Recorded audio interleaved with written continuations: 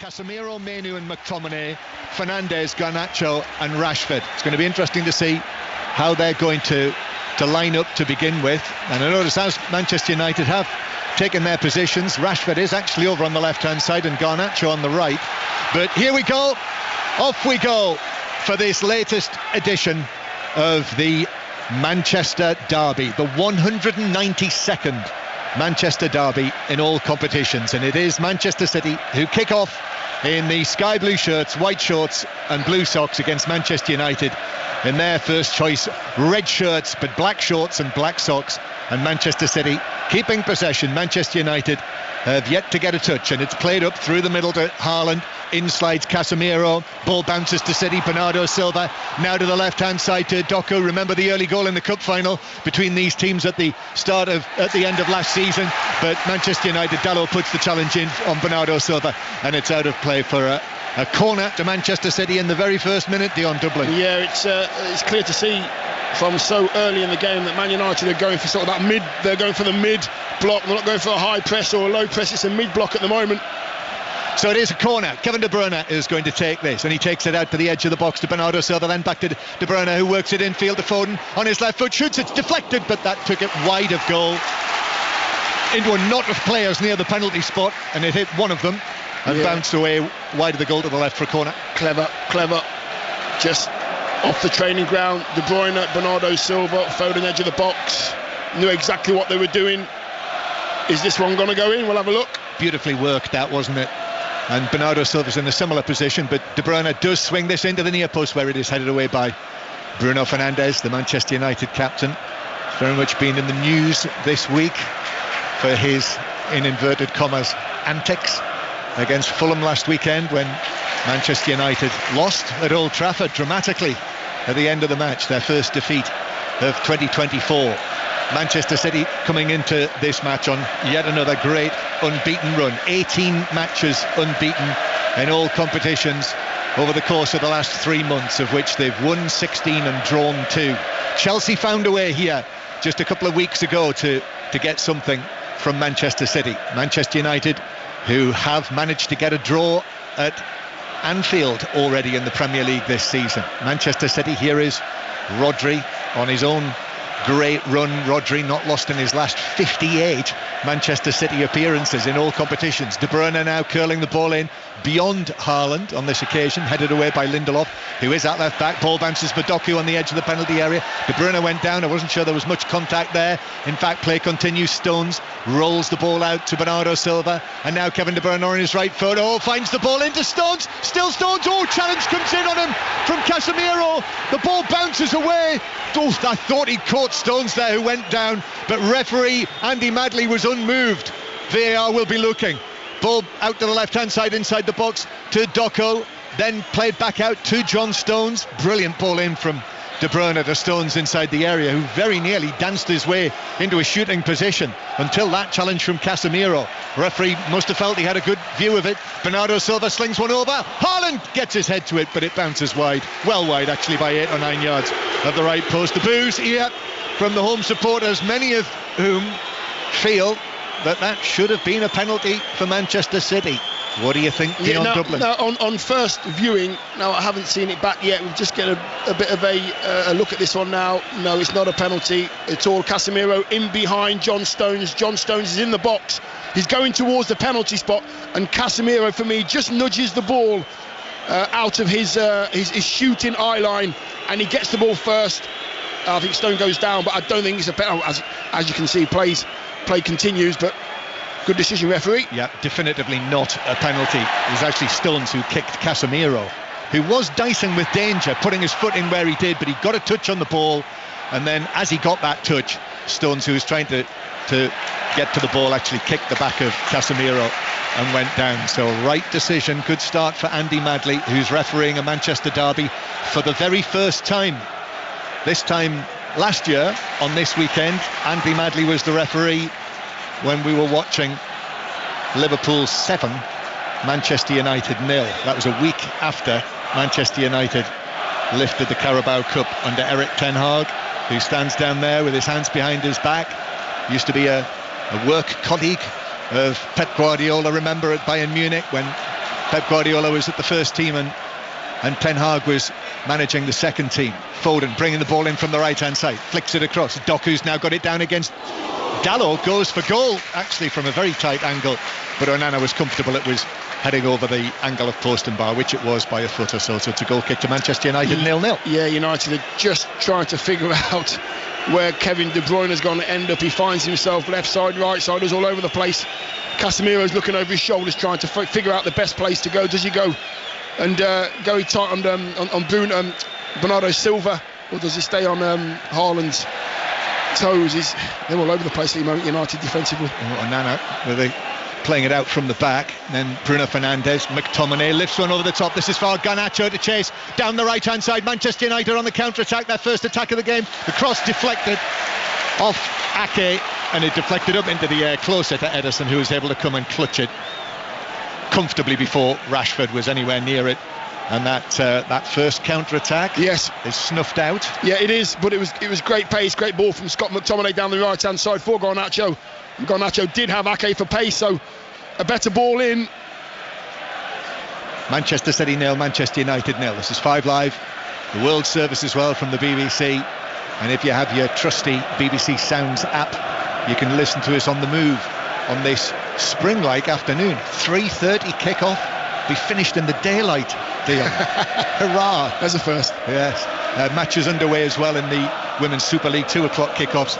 It's Aston Villa 1, Liverpool 3, Bristol City 2, Brighton 4, and Manchester United are winning 1-0 at West Ham.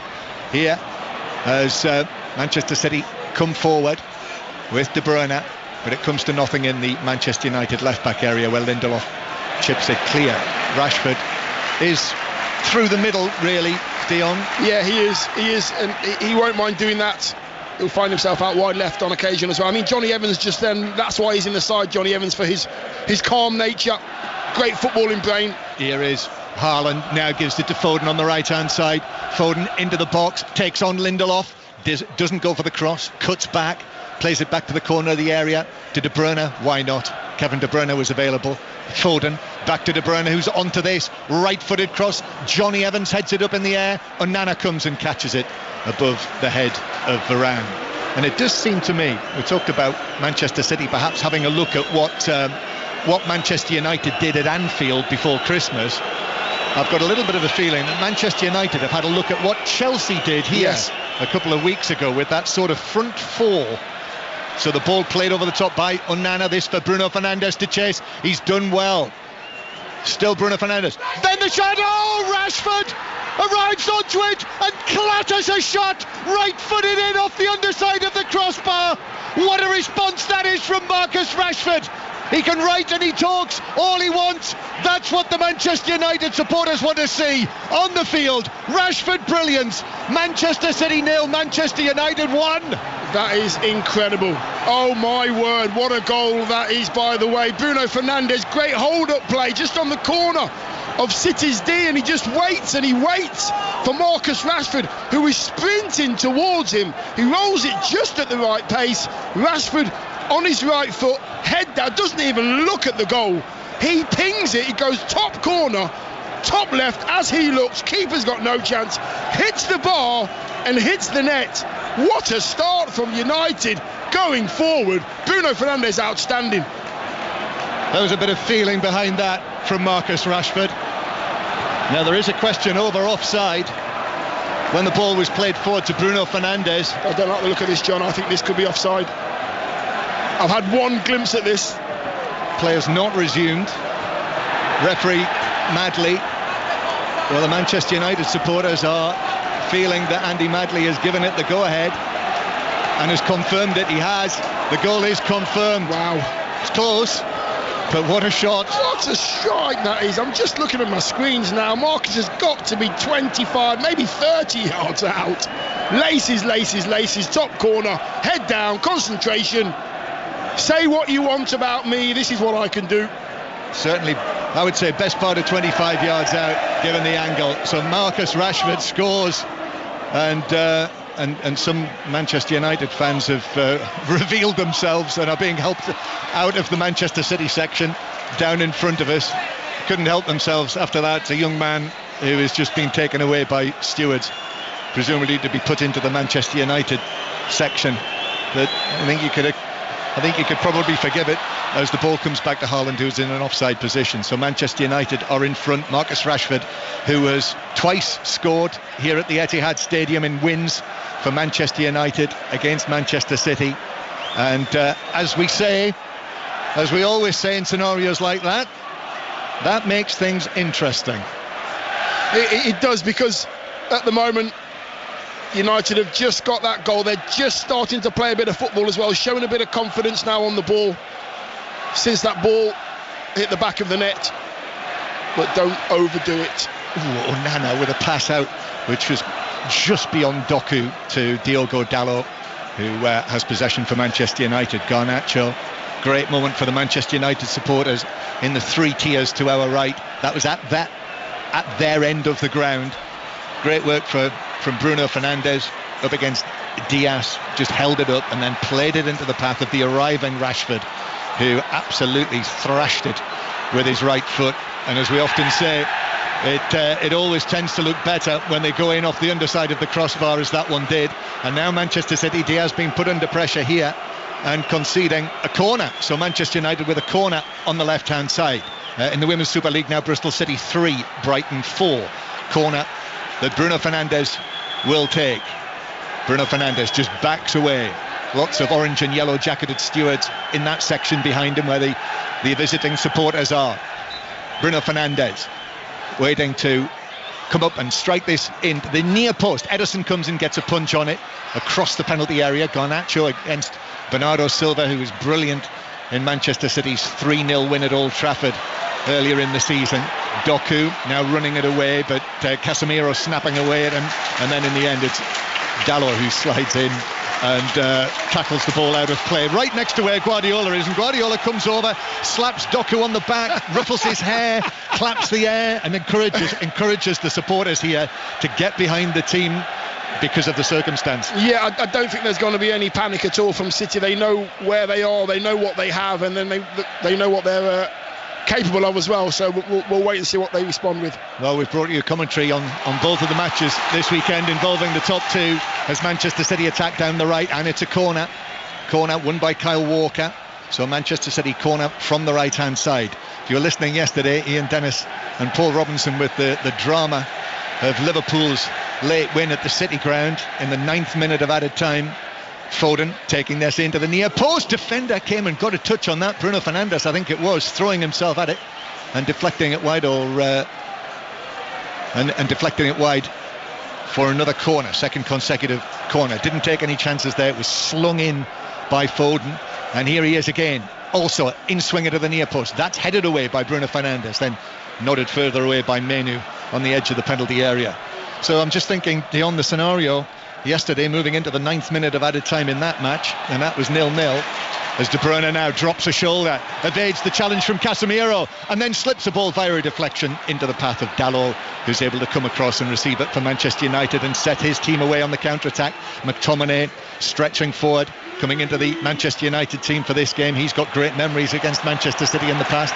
Scott McTominay, and then it comes to nothing on the halfway line as it's out of play for a throw-in to Manchester United, back in their own, almost near the corner flag actually, referee Madley says. So Dalot has to go right down there. So yes, so yesterday when it looked as though Liverpool might be held at Nottingham Forest, then they score, Darwin Núñez, and now in the 8th minute here, Manchester United taking the lead in the way that they did. An interesting weekend as Bernardo Silva gets it down, flicks it to his right, Foden's onto this, Foden shoots, and it's saved by the legs of Onana. Shot from the angle from probably 10 yards, blocked by the Manchester United goalkeeper. Corner. Yeah, that's from a Manchester United throw-in as well, a chance for City. Foden right-footed, great save from Onana. So Foden himself will take the corner. Another one swung in, this one towards the back post, and Onana comes and catches actually on the full stretch at the back post.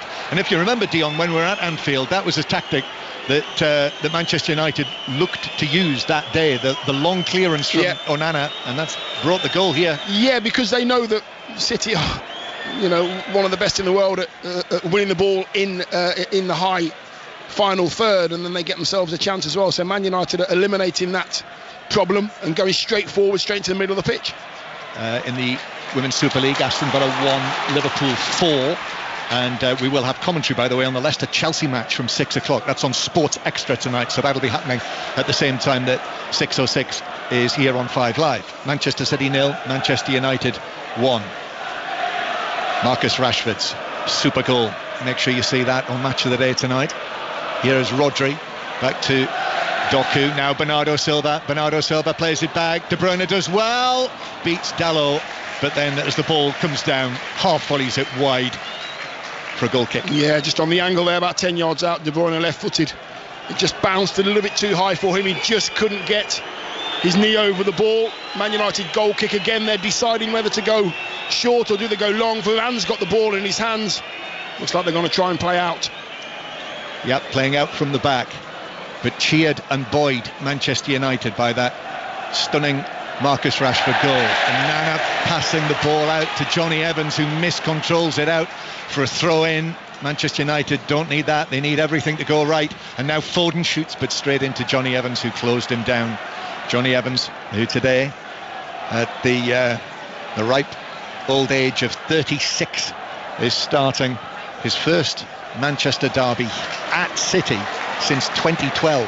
Here's Doku into the area, ball across to Bernardo Silva, shoots, deflected, comes out to Foden. He couldn't get a shot in. Manchester United in there, sheer force of numbers, and then eventually volleying it away. Oh, there's a slip on the halfway line by Diaz. Bruno Fernandes plays it through to Rashford, but Rashford couldn't get the bounce of the ball, and Walker was in like a flash on his England colleague, and it was deflected back to goalkeeper Ederson. Yeah, Bruno Fernandes there, just taking charge of that slip in the middle of the park, putting Marcus in, but Marcus's head, he wanted to head it forward and get away from Kyle Walker. Any mistake there, you knew Kyle Walker would be back. Just didn't get it right that time, Marcus. Kevin De Bruyne felt he was fouled by Kobbie Mainoo on the halfway line. Another Manchester United attack, but that attack actually goes backwards very quickly with Bruno Fernandes all the way to Onana, who will then strike a long right-footed ball. This is for Bruno Fernandes, who heads it back to the arriving Mainoo, who just deflected it forward into the box where Kyle Walker, Manchester City's captain, was able to play it away. Pep Guardiola's not happy with what he's seeing. That's what his body language is telling us. And then an attempt to slip it into the area to McTominay. That was cut out by Diaz. And it's another corner to Manchester United. It's a definite ploy to go from Onana straight over the midfield to Bruno or to Garnacho or to Marcus. The one who's receiving it, the other two are getting round him just so he can bounce it off them and get possession in the middle of the pitch. It's working for Man United at the moment. Certainly is, with a scoreline of Manchester City 0, Manchester United 1. It's a corner. It's Bruno Fernandes, right-footed, deep, looking for Casemiro, but Ake was there, shoulder to shoulder. The taller man was actually able to head it away, and Manchester City clear to the halfway line, where Onana, all in yellow, controls the ball. He's almost in the opposition half. But little ball towards Varane. But Manchester City win it back. Rodri strong on McTominay. De Bruyne through to Foden. Foden one-on-one with Onana, who makes a save. And the ball bounces wide and behind. Got a left glove to it as he went down. Big chance for City, big chance for Foden, one-on-one. Yeah, he should have put it away, actually, Foden. He was getting closed down by Varane. They're at it again, City. Here they come. Short corner. Then it's played back towards the edge of the penalty area. Rodri curls it in. It's over Diaz. That was headed away at the back post by Evans. And then Rodri's able to see it back with his head to Kyle Walker on the halfway line, who's been chased by Garnacho, so has to pass it all the way back to Ederson. Eventful, Dion. Yeah, absolutely. I mean, the crowd are all shouting to Kevin De Bruyne in the centre circle, shoot, because Onana's 40 yards outside his goal, but he's seen Foden's run. Kevin De Bruyne now attacking in the inside right position.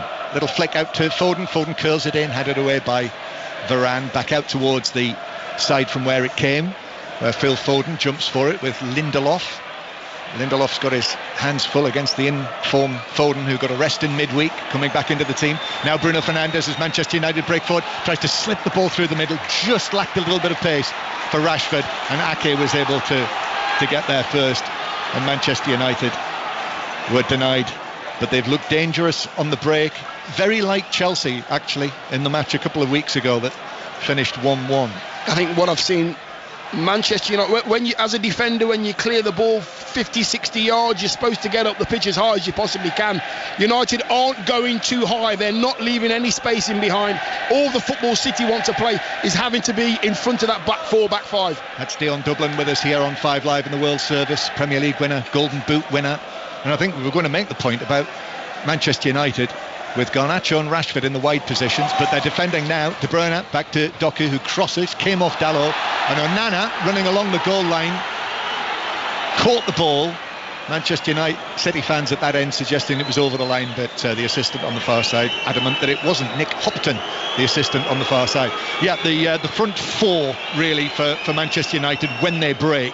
So the two wide men, Garnacho and Rashford, and then Bruno Fernandes and McTominay, the players who are getting forward through the middle. And as Dion Dublin said, whenever Onana has it, he's looking for the long pass to Bruno Fernandes, who is posing problems, getting himself into position, who's then trying to find one of his runners. Absolutely, and the only problems Man United have had when Onana's got the ball is when they try to play out. They're trying to force it, play the beautiful game. They've gone into Marcus, they've gone into Fernandes, and it's worked for them. They've kept hold of the ball, they've created chances. Manchester City 0, Manchester United 1. Coming into today, Liverpool with a 4-point lead at the top of the Premier League, and then Arsenal 1 point behind Manchester City. Arsenal play at Sheffield United tomorrow night. We'll have news of that, updates of that during the course of the Monday Night Club, when Mark Chapman will have Chris Sutton and Micah Richards and Rory Smith with him. So that is tomorrow night, and of course 5 Live next Sunday will be the place to listen to Liverpool against Manchester City. A 3:45 kickoff next Sunday afternoon for that, and the match immediately before it is the Villa Tottenham game. Foden playing the ball back to Walker low into Stones, and then square from Rodri, little ball forward towards Stones, who just looks over his shoulder. He's looking to see where Foden is, but goes back towards the halfway line to Walker, then back into the centre circle. Yeah, there's no gaps at the moment between those red shirt Man United 5 at the back. Sometimes there's 6. Casemiro has not gone 5 yards away from Haaland. Rodri finds Foden, little ball, De Bruyne on the right side of the box. That's deflected by the sliding Menu through himself along the turf into the path of De Bruyne's intended cross and blocked it. Corner taken short, De Bruyne and Foden together, permanent movement, and then in it comes from De Bruyne, but too close to Onana, who's able to catch it and immediately sprinting out towards the edge of the penalty area looking for that ball. I think he might have stepped outside the penalty area actually, and as he did so, his clearance hit a Manchester City man, bounced down for Bernardo Silva and then John Stones, but Manchester United are parked right behind the ball, everyone apart from Garnacho. Square to Rodri, little ball through the middle, and excellent work from Johnny Evans. He stepped in ahead of Haaland, and now he steps out with the ball. And Evans gives it over to the left-hand side. Bruno Fernandes, a long pass over the top of McTominay. Rashford could be in. Oh, and he misses his kick and actually kept it in as he fell over and headed it back into play. No, he didn't. It was actually already out, and it's a goal kick. Big chance. Yeah, it is a big chance. It's found its way through to the far post. Marcus has ran so far, but I think his legs had gone, his balance had gone. He'd made up so much ground so quickly. Just lost his form at the last minute there, but it is a good chance for a player like Marcus Rashford. It really is. Yeah, it was over the top of McTominay, and he tried to volley it in. He got it all wrong. But on a day like today, when he's already scored one super goal, I think the Manchester United fans might forgive him that. Comes back towards the halfway line. It's funny, isn't it, the way football goes, Dion? After all of the chatter and the talk this week, has he done the right thing? Has he not done the right thing? Should he have said that? Shouldn't he have said it? Yeah, should he have done the article absolutely. With the Players Tribune? Doku playing the ball along the edge of the box, comes back to Stones. Stones threads it to Bernardo Silva, whose cross hits Dalot, shouts for handball, but I don't think that'll be given. Bounces behind for a corner to Manchester City. City doing everything very quickly. Hand-on play, we used to call it. Yeah, and it's taken short, but referee saying, no, they're going to have a look at this, clearly. He's told Manchester City to go back because VAR are having a look to see if there is a case for a penalty, I'm guessing. Was it up again? Was it Lindelof that we were looking at here? Dalot, was it? I mean, his arms tucked in. No, can't be. Can't give that. No, cannot give that. His arms tucked in. Right in front of his tummy. So here comes the corner, punched away at the back post by Onana after De Bruyne slung it into the back post. 1-0 Manchester United lead.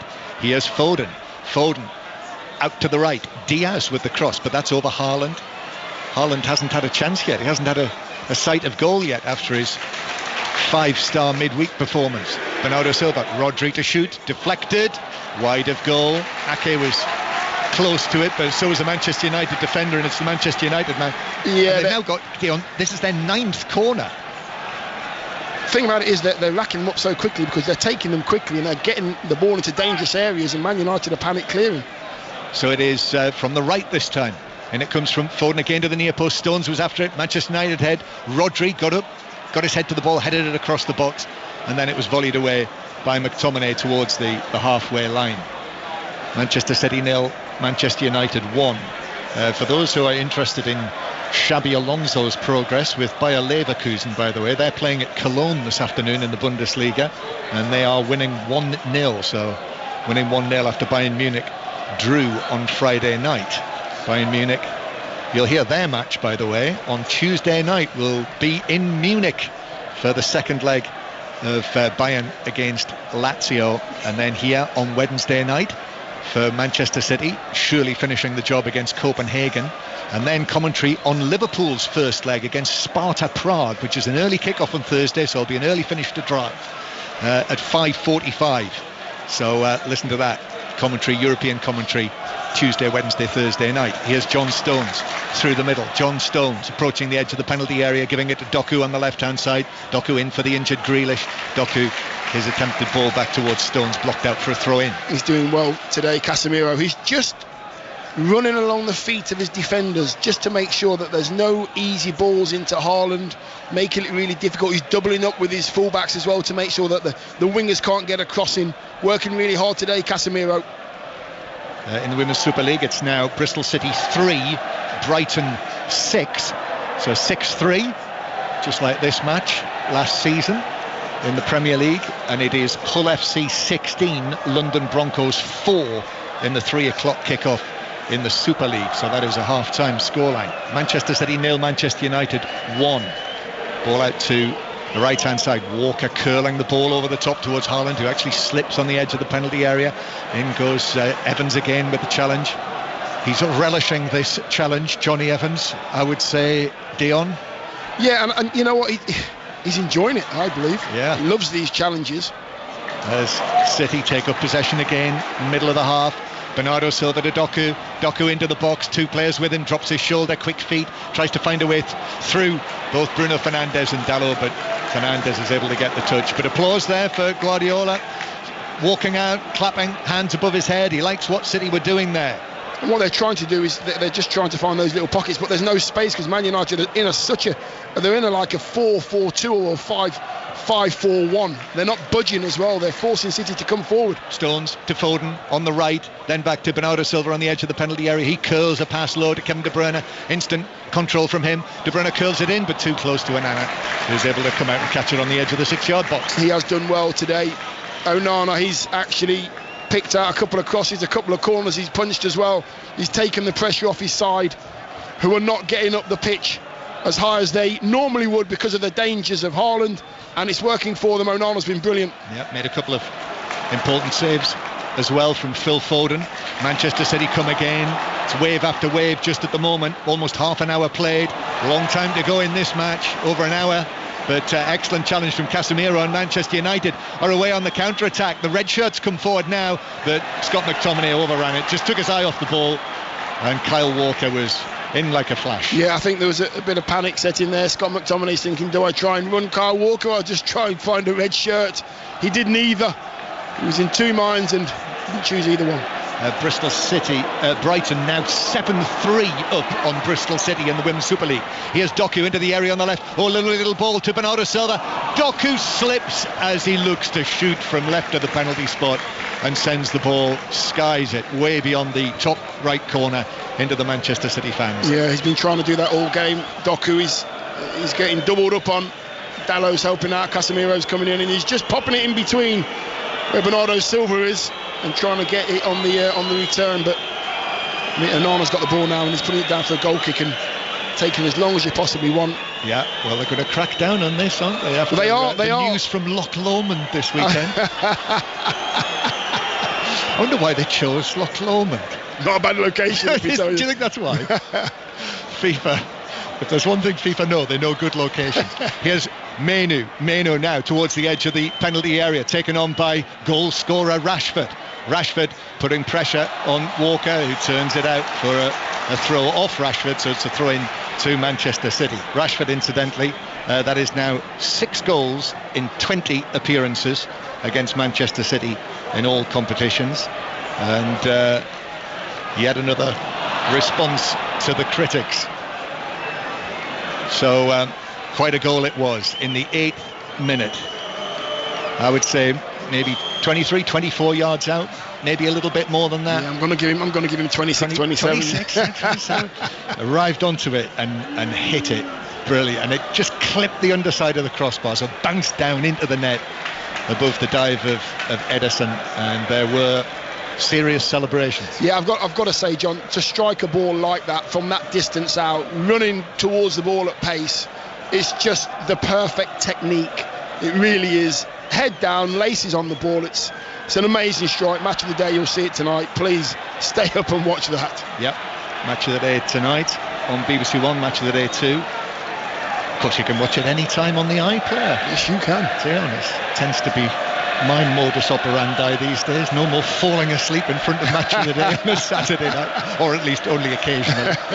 Here's Walker on the right-hand side. Walker playing it in field towards Rodri, then to Stones on the halfway line, then back to Walker in the right back position. So Manchester United have come here to the Etihad and they're asking questions of the champions. But Stones now lifts a ball to Doku. He's got it on the ground, goes for goal, but Dalot got a foot on that, deflected it up in the air. Oh, it's headed across the box by Casemiro, straight to Haaland, who, trying to react quickly, could only sort of head it over the top of the crossbar. Yeah, it was it's one of those balls that's spinning in the air, and Casemiro thought he could clear it forward. It went behind him, straight onto Haaland's head, who was only 8 yards out.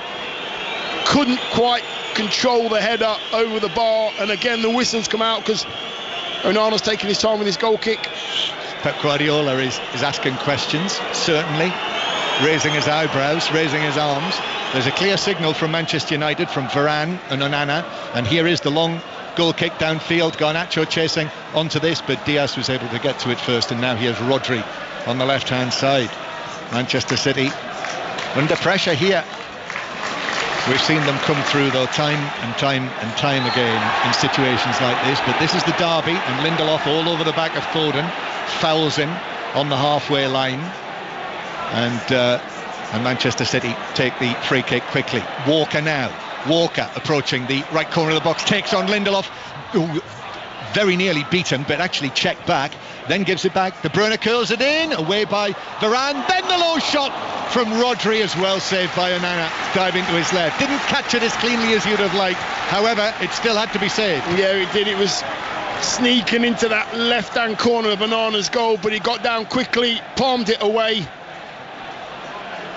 And so it is yet another corner number 10 of the first half to Manchester City, taken short. Back to corner taker Bernardo Silva, whose ball in field was deflected by Menu away from Walker.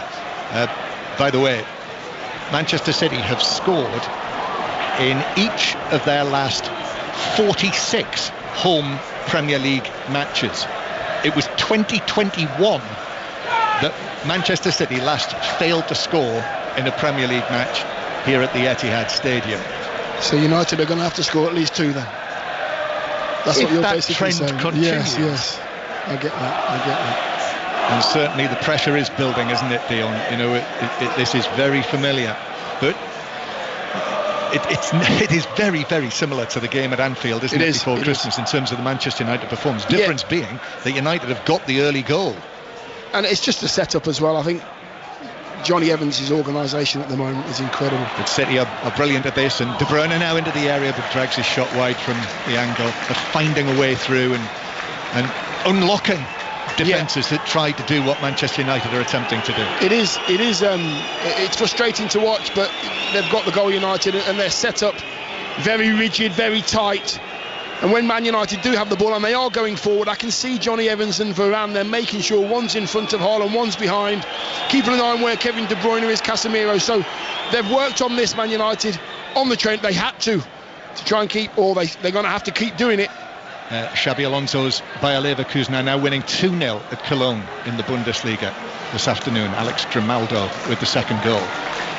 And for Erik ten Hag, in his 100th match in League and Cup as the Manchester United manager, this is not too shabby either.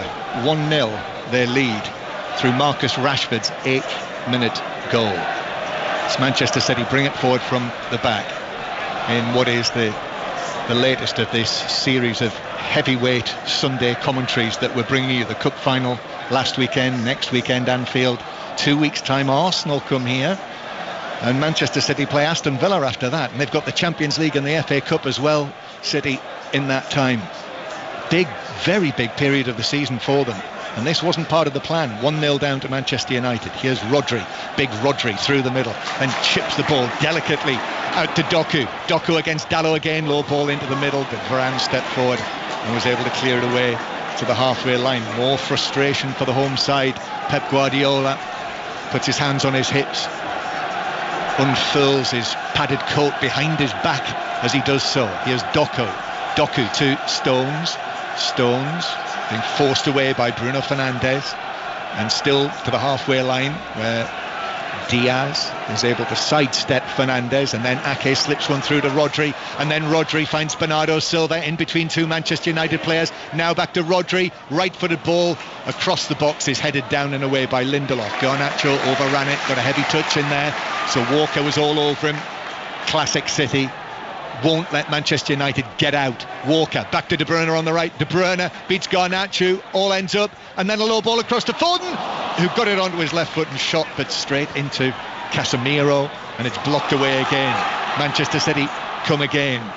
One of these times, if this pattern continues, Manchester City will find a way through, surely. Foden across to De Bruyne, but Menu does well and was actually being manhandled by De Bruyne and wins the free kick halfway inside his own half, the young man. Absolutely, yeah. He's done well there. Cobby, he's just kept De Bruyne at arm's length, put himself in between the ball and the man, and he's got himself a free kick. Took the pressure off his team, but you're absolutely right, John. Down that right-hand side, City are playing. Little triangles, trying to get the ball in the box. Kevin De Bruyne could have crossed it, but then he's seen a better option. And I think that's going to keep happening. Man United have to keep defending as well as they are, but City will not stop coming forward. Feels like Manchester United have been affronted in this match for a long time. That was the 8th minute. We're in the 38th now, so they've held the lead, as you will have worked out for yourself, for half an hour. Bernardo Silva heads it forward, bounces off the back of Casemiro, who's adjudged to have been fouled. He was sandwiched in between Haaland and Rodri, and that's a sandwich that I'm not sure too many people would stand up to. I think you might, Dion. A Rodri Haaland sandwich. Yes, I'd rather not, to be honest with you. I think a meaty part of that. Oh, yeah. I do believe that that's what Casemiro's there for today, just to spoil Haaland's game and don't let him be comfortable. And he's done it great so far. As United play it forward, but Manchester City have got it back with Stones at the back. It was vegan burgers for lunch today at the Etihad, which is very appropriate after Friday's Fact of the Day on Drive, which highlighted the great work of William Cowherd, who was one of the early pioneers of vegetarianism and was a minister in Salford. And almost on cue, on demand, Manchester City have come up with vegan burgers today to help me out. Did you enjoy it, John? Did you enjoy it? I actually had the hot dog. Here's Foden. Foden on the right-hand side goes back to Walker. Walker to Rodri. Now to Foden again. Foden into the penalty area, goes for the byline, right-footed ball across, but caught right in front of his eyes by Onana at the near post, and it stuck to his gloves like the proverbial glue. I was actually speaking to Steve before the game, actually saying about Man United backing themselves, and when they do have the ball at the back and it's gone loose, they've tried to play out. Oh, Onana with that long ball again, looking for Fernandes, but Ederson was out of the penalty area to nod it down. And Manchester City have got it at the back. Again, though, Manchester City have leaked goals this season. And listen, they've scored over 100 of them now. They actually passed the 100 mark this week during the game, during that win against Luton Town. and they did keep a couple of clean sheets in their recent Premier League matches, but 1-0 down here. Foden playing it over the top. De Bruyne does well to reach it, volley it back from the dead ball line, headed away by Casemiro. Ake, then Rodri, first time pass from him to Doku, just outside the box on the left hand side, back square to Stones now to Bernardo Silva, who puts his foot on the ball, sky blue shirt flapping outside his white shorts, the little Portuguese with his beard, plays it back to Diaz, now to the left hand side to Doku, hair bobbing at the back of his head, takes on Dalot, but the ball almost stationary, then plays back to Nathan Ake. Foden wants it on the edge of the penalty area. Foden then back to Bernardo Silva. Bernardo Silva clips one in left-footed. That's headed down and away by McTominay, who was back inside his own penalty area. This is strong pressure from Manchester City. Ake then, the challenge comes in and it's blocked out of play for a throw into City, as we are now into the last 5 minutes of the first half here. An intriguing situation. If you're a Liverpool fan, your eyes will be glued to this, or indeed your ears, pretty much like that ball on Onana's gloves a few moments ago. Here is De Bruyne playing it square to Ake. Ake looks up, then gives it square to De Bruyne. De Bruyne can see over on the far side. Rodri has backed away out there and taken up a position almost on the right wing. Then Walker tries to catch this ball, but it's deflected out of play by Garnacho for a throw in next to the corner flag. 4 minutes to go to half time, and a throw in that Walker waits to take. Foden is at close quarters. The throw goes back up the line to Rodri, and Rodri meets it on the bounce to give it back to Diaz, who slips a little but is able to find the pass to Ake. Now it's worked to the left hand side to Doku, who moves infield. Doku then to Rodri, who looks up, lifts the ball aerially to Walker, heads it across the box, little flick away by Casemiro, and De Bruyne was onto that. Rashford went with him, but De Bruyne snatched at it and lifted it way over the top of the bar, almost landed it on the second tier. Not like Kevin De Bruyne, but just that little bit of pressure from Marcus Rashford there in the middle of the D, forcing Kevin De Bruyne to take it a little bit earlier than he wanted to. But City obviously having the lion's share of the ball and creating chances. This is a very hard way to play for Manchester United, concentration wise. Make sure you get in the right position when you're out of possession. Remember what we did on the training ground. You should be here, you should be there, and continue to do it. Yep, everything's got to go right for Manchester United, the way that they're playing this, but it's been a disciplined performance by them so far. And for all of the City pressure, and there've been shots wide and shots over, really I think there's just been the two proper saves by Onana from Foden. Actually no, three. Rodri had that effort as well, didn't he, that was saved by Onana.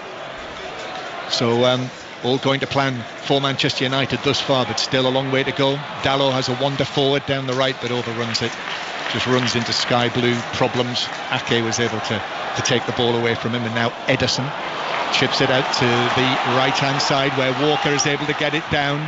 Walker has space in front of him and he's carried it a long way now. Kyle Walker square to De Bruyne. De Bruyne, United back in position now, but Phil Foden on the ball, drags it back. Phil Foden, the Mancunian in the Manchester derby, hat-trick scorer in this fixture last season when Manchester City won very handsomely. Here is Foden again, chest puffed out, back in field towards Rodri. Rodri works the ball to the edge of the area, but United step forward. It was Johnny Evans again who read the danger. Garnacho though can't keep possession. Back to the blue shirts. John Stones just takes a few steps forward and then passes the ball to Bernardo Silva, who curls it in. Haaland almost onto that, hooked away by Varane, who went with him, and then Foden with a shot, hit that well, but again into red shirts, and it's deflected away out to the far side, and Varane is just, in fact, Kobe, I think. Kobe Mainoo has just gone down inside the penalty area just to delay things, which for the young man, and he might well have a problem, Dion, Kobe Mainoo, but if not, then the 18-year-old and the Manchester City supporters, you can hear the boos because play was stopped there, and he's okay.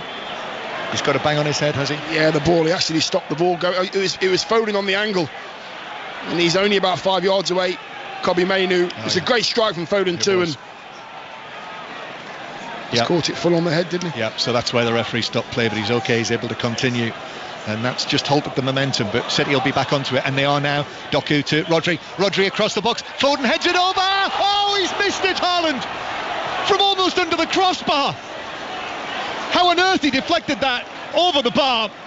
The man who's already scored 5 goals this week from point blank range on his left foot, waist high, somehow managed to deflect that up and over the crossbar from a couple of feet out. Don't ask, I've no idea how he's done that, Haaland. I really don't believe what I've just seen. Headed back, I think it was, by Foden. He's onside. He's literally 3, possibly 4 yards out, and for some reason he volleys it over. I don't know how he's done that. It's a goal. He's got an empty net. He volleys it over the bar. He hikes it up. As I say, waist height, and on his left foot over the bar. Remarkable. Dalot, as United come forward in the 3 minutes of added time at the end of this first half. Manchester United leading 1-0. How it's not 1-1 after that, goodness only knows. Lindelof to Casemiro inside the box, then Menu back to Fernandes again. His ball into the penalty area. Ederson challenging for it with McTominay, but it bounces down, and Ederson's able to gather it on the edge of the penalty area, and then Ederson and McTominay just bounce into one another. I think Ederson was impeded by McTominay, who very likely knew exactly what he was doing. Very well disguised, that from Scott, wasn't it? Yeah. Oh, sorry about that. Did you want to throw it? I'm sorry about that. Was I behind you? Sorry, Eddie, mate. Manchester City 0, Manchester United 1. Here's Bernardo Silva on the left-hand side. Bernardo Silva back to De Bruyne. This is taking me back to the chances that Haaland missed in the match here against Chelsea. I mean, there were some glaring ones that day. Here's Doku on the left-hand side. None as glaring as that, though. Foden back to De Bruyne on the left-hand side. Now to Doku. Doku slips it forward. Bernardo Silva across. It went a long way, and it went a long way into the path of Johnny Evans, who was rather relieved to be able to clear it away right-footed. In fact, I think, Dion, one of the glaring misses of the season. Yes, unfortunately, by the most prolific man in this league. Walker. Foden now. Foden back to Rodri. Very tight, excellent footwork. And then the cross from Walker to the back post, which has bounced over everyone, but landed at the feet of Doku. In added time at the end of the first half, 1-0 Manchester United lead. De Bruyne, a flick from Bernardo Silva. De Bruyne across, and then deflected just past his own near post by a falling Varane for what is City's 11th corner of the first half. Has that ever been done before, John? If anybody knows, you'll know. 11 corners in the first half. Dion, I don't know. Here's the corner. De Bruyne into the near post, headed away by leaping McTominay, and then De Bruyne nods it back in. We'll make it. We've still got 30 seconds to play. Foden through the middle, very congested. Stones is there as well. Rodri does well, drags it back, takes about 3 Manchester United players with him, and still City. Walker shoots deflected, but that deflection takes it up and dropping over the crossbar, and it is time for a 12th corner of the first half for Manchester City. Bodies on the line, red shirts. I mean, this is straight off the training ground. The positions they're taking up, nobody's going out wide. They're staying in the middle of the goal, defending the white lines.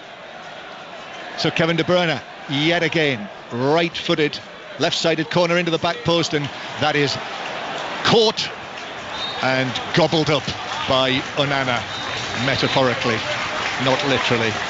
And that is it. That is the end of the first half. What a remarkable first half that's been.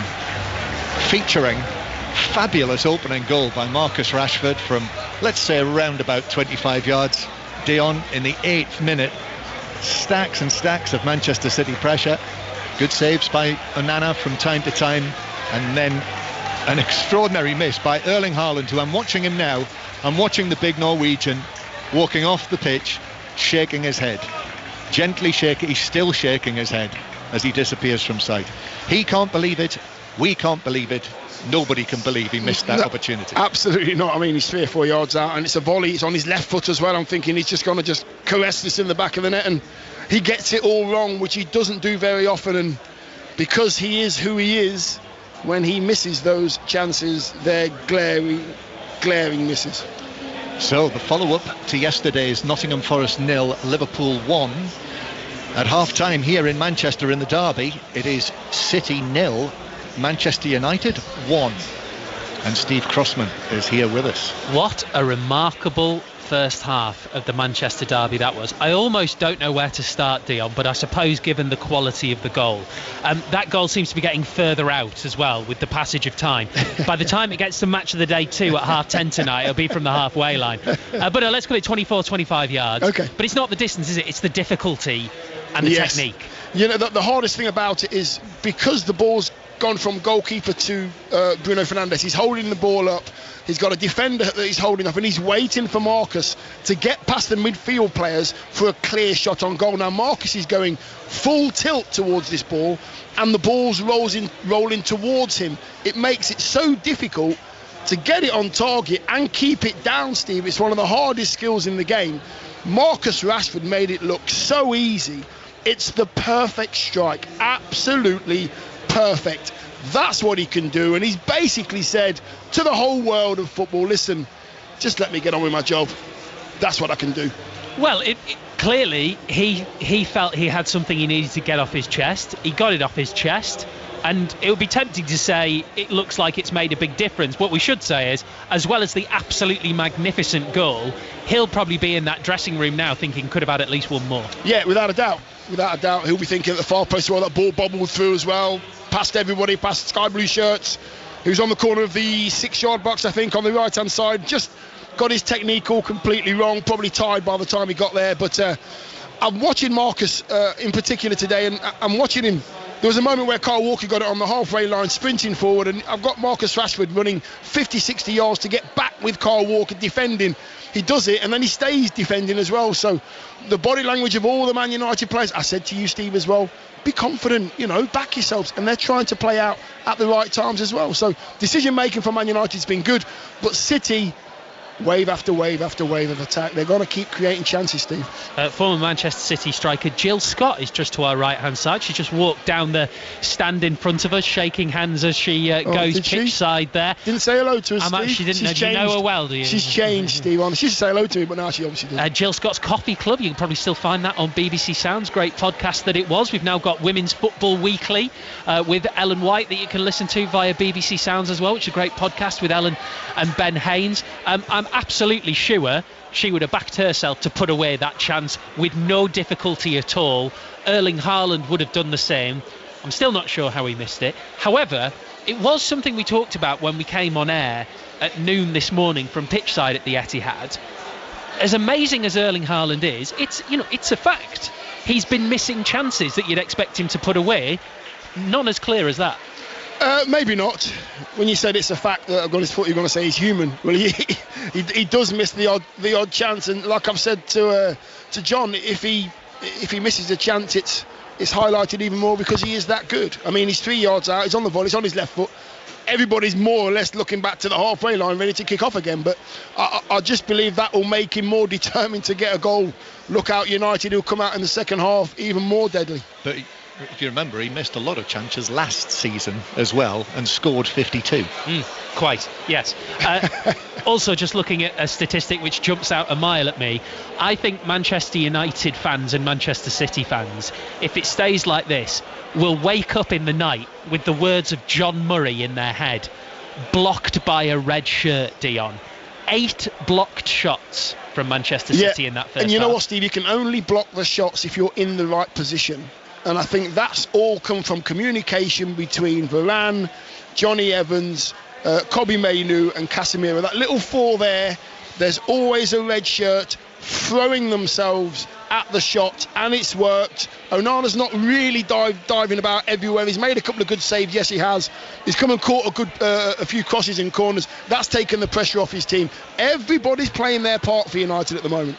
And that was also a feature of the Chelsea match here, the number of blocks Chelsea made in that match. Yep, absolutely. Right reaction on the way from Brendan Rodgers to Celtic's defeat at Hearts, and Vincent Kompany. Another bad day for Burnley, beaten in the Premier League by Bournemouth this afternoon. All of that after the news on 5 Live with Carl Hartley.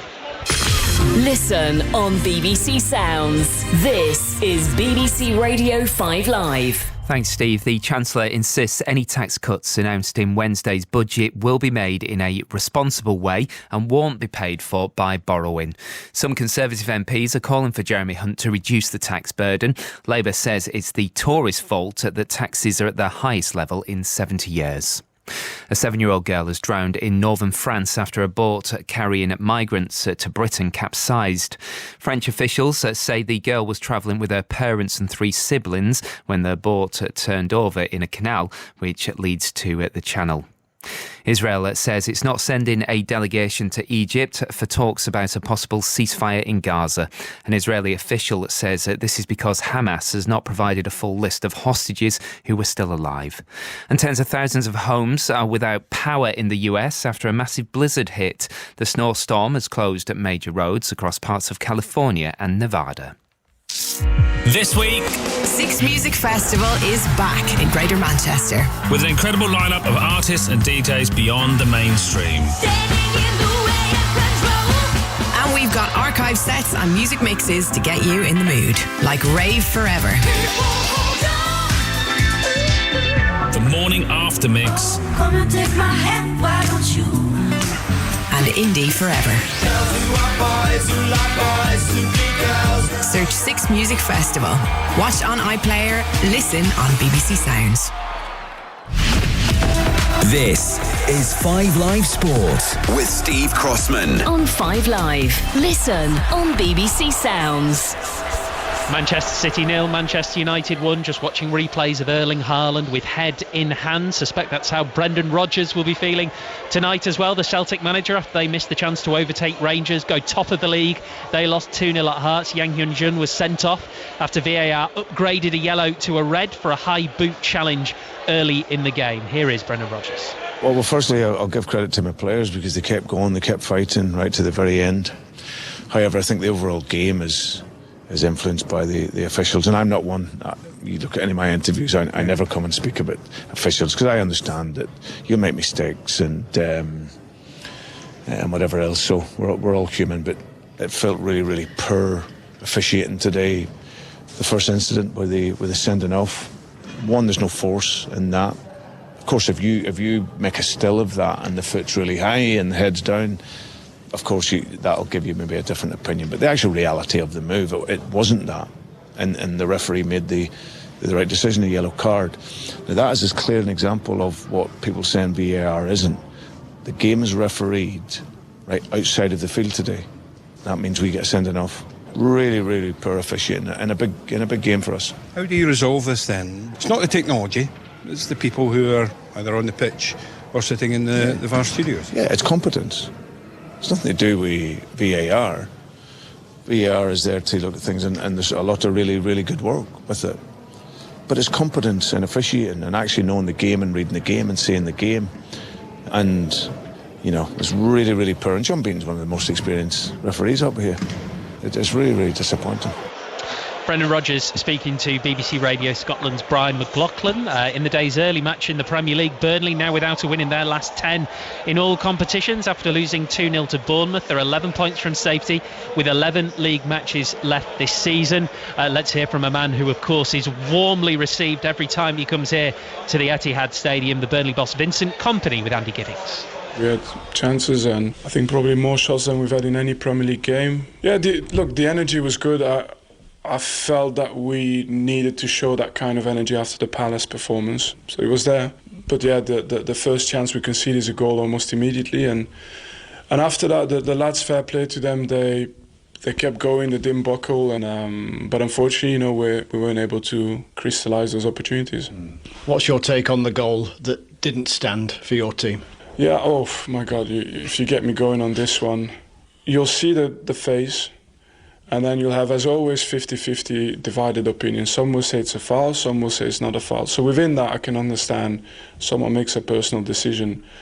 But then you take it into the context of this season, so you have a flashback to the Luton game, where a goalkeeper literally gets shoved. The goal gets allowed. And so now for something that's a normal, standard English football type of challenge, if the ball's on the back post, you've got to jump. And the player's in the air, and what he does is in the air before the opponent.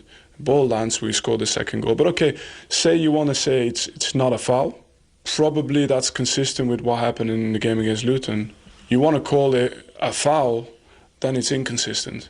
But it keeps happening, right? So I think Daryl O'Shea gets rightfully a yellow card for something that in the rules was said we're not going to accept this, no problem.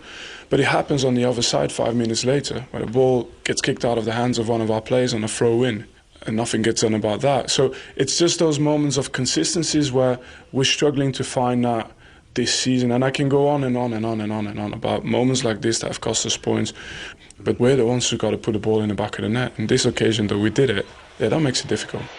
Vincent Kompany with Andy Giddings. In the WSL, Alessia Russo scored the only goal in Arsenal's 1-0 win in the North London derby over Tottenham, keeps them right in the title race. They're only 3 points now behind leaders Manchester City, and she's been speaking to Betty Glover.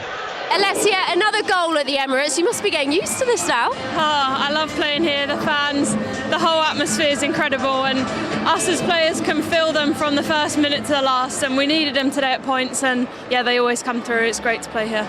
Closer result than you probably would have wanted, but you ground it out for those big 3 points. Were you happy with the performance?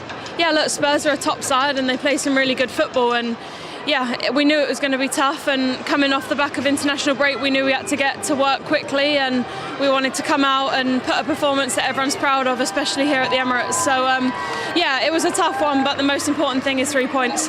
What was the chat at half-time in the dressing room? Because to get a goal 4 minutes into the second half is pretty impressive. Yeah, we just wanted to make sure we tried to take as many chances as we could. We thought that in the first half we were breaking them down, getting into good areas, but yeah, we wanted to get more shots and yeah, getting in around the goal. So yeah, it was a quick start in the second half. And back in the starting lineup for yourself, did you go out there feeling like you had a bit of a point to prove today at all? I mean, we've got a top quality squad, so whoever's in the squad is out there and ready to do their job, and yeah, we train with such quality players week in, week out, and yeah, when you get your moment you just need to be ready, but we have such massive squad depth that yeah, pretty much anyone can do their job. Well, congratulations and thanks for talking to us. Thank you, cheers. Alessia Russo with Betty Glover. Other scores for you in the WSL. Full-time, Bristol City 3, Brighton 7. So Bristol City bottom of the table and are 5 points from safety. It finished Aston Villa 1, Liverpool 4. Liverpool are fifth, 2 points behind Manchester United as it stands. But it is West Ham 0, Manchester United 1.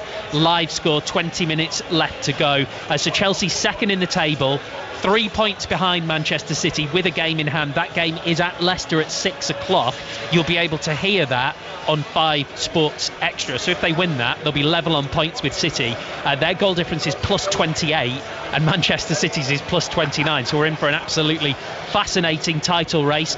Rugby League, Hull FC 22, London Broncos 14 is a later score in Super League. There's commentary on 5 Sports Extra. Not too far away from kickoff here then in the second half at the Etihad in the Manchester derby. Manchester City 0, Manchester United 1. Next Sunday, remember, we're bringing you full commentary of Liverpool versus Manchester City live from Anfield on 5 Live Premier League Sunday. Whatever happens, that is going to be an absolutely humongous game in the title race, but especially with the way things stand, the boos, because the Manchester United players led by Bruno Fernandes are just making their way out onto the pitch. Remember, we're staying on air for about half an hour here at the Etihad after the full-time whistle to wrap up everything that's happened in the Manchester derby. We'll bring you live reaction as well during that half hour before 6:06 from about 6 o'clock. The lines are open now though, so you can call 08085 909 693, get your calls in, book your call in now for 6:06, which follows us here at the Etihad. Both sets of players are back with us, just doing a bit of scrolling. John Murray and Dion Dublin with me to work out if there are any changes. Well, the first name, Dion, that I looked out for, and he is definitely starting the second half, is Jeremy Doku, because Pep Guardiola doesn't hide his emotions, and he was right on the touchline next to him here. He was getting very agitated at him. Yeah, because his final ball today hasn't been great. Doku's worked incredibly hard down the left-hand side. He's been doubled up as well by United, but no end product yet from Doku. Here we go, John. Here we go, Manchester United kicking off to begin the second half with a scoreline, a surprise scoreline of Manchester City 0, Manchester United 1. We've had a chance to see those two big events of the first half again at half-time. Dion Dublin, the Rashford goal, and the Haaland miss. And actually there's an early stoppage here. One of the City players, I think it's Stones actually, has just gone down. Well, that's a concern obviously. John Stones, during this big month for Manchester City with the problems that he's had, he's lying on his back with his left hand on his forehead, but it looks as though it's okay because they've not waved on the medical people, and he's just got back and maybe just did he fall awkwardly? Possibly. Yeah, well, they're okay anyway. He's back on his feet, didn't need treatment. So Manchester City and Manchester United, as they started, City with Ederson in goal, Walker, Stones, Diaz and Ake. Stones very often in midfield on a day like this when City are dominating possession.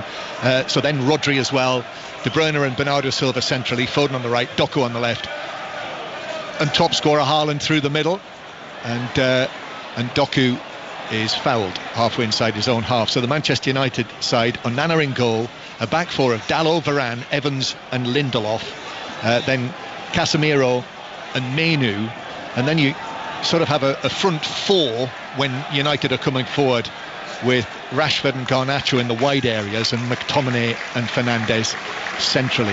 And it's been a very disciplined performance by Manchester United as City get the ball rolling again on halfway. Dominated possession, over 70% possession in this match so far. Here's Foden now on the right as City playing from left to right, unusually here at the Etihad in the second half as we look from the dressing room side of the ground. City in the sky blue shirts, still the sun shining on the stand on the far side, and Ake with the ball at his feet, 10 yards inside Manchester United territory. Back it comes to Diaz. Diaz then works it back to Ake, but Manchester United in their positions behind the ball. Doku now with a dart down the left hand side, but Dalot went with him and it was deflected out of play for a throw-in to Manchester City, which they take quickly. The ball quickly back from the ball boys and girls. Now Ake again on the left hand side. Here is Jeremy Doku playing it back to Ake, and then back centrally again towards Ruben Diaz, waiting for the movement as it goes square to Walker. And now here is Kevin De Bruyne moving in from the right hand side. Stones back to De Bruyne on his left foot, but moves it onto his right, but his crossfield pass is headed away by Garnacho on the edge of the box. Only back to the blue of City. Ake to Doku. Doku with Garnacho in front of him, holding his hands behind his back, worried about that potential handball. Still City with the ball just outside the area, bounces off Garnacho. Doku took it on, but it bounced away in the end, and McTominay was able to pass it forward to Garnacho, the Argentine, the young Argentine, takes it back into his own half. Then it's lifted over the top for McTominay to chase after, and he will get there first, and he'll go for an early ball across, which Diaz is able to adjust, hopping on his left foot, and uses his right to pass it away. And Manchester United dominated, sent players downfield there, and now Manchester City trying to take advantage of that. De Bruyne to Foden, left foot shot, but blocked at source by Evans. Ball bounces high into the air across the edge of the box. Bernardo Silva has got this down now, ball stationary at his feet, playing it back to Ake, middle of the half, but Manchester United are there. You can see them in position, Dion, in their lines. Manchester United with everyone behind the ball. They know exactly the task that lies ahead of them here with that early Rashford goal leading.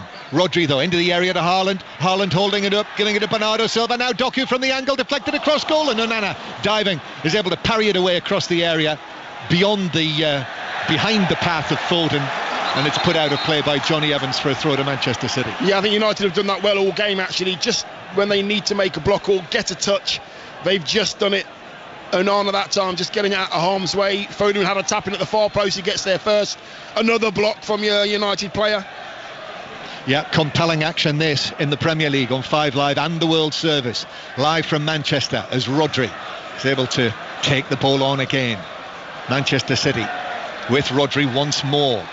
High ball out, lands at the feet of Foden, who controls it instantly, and left-footed curls one into the back post where Bernardo Silva, stretching for it, can only head it on behind. And cheers from the Manchester United supporters right in our eye line beyond Bernardo Silva in their 3 sections here inside the Etihad Stadium.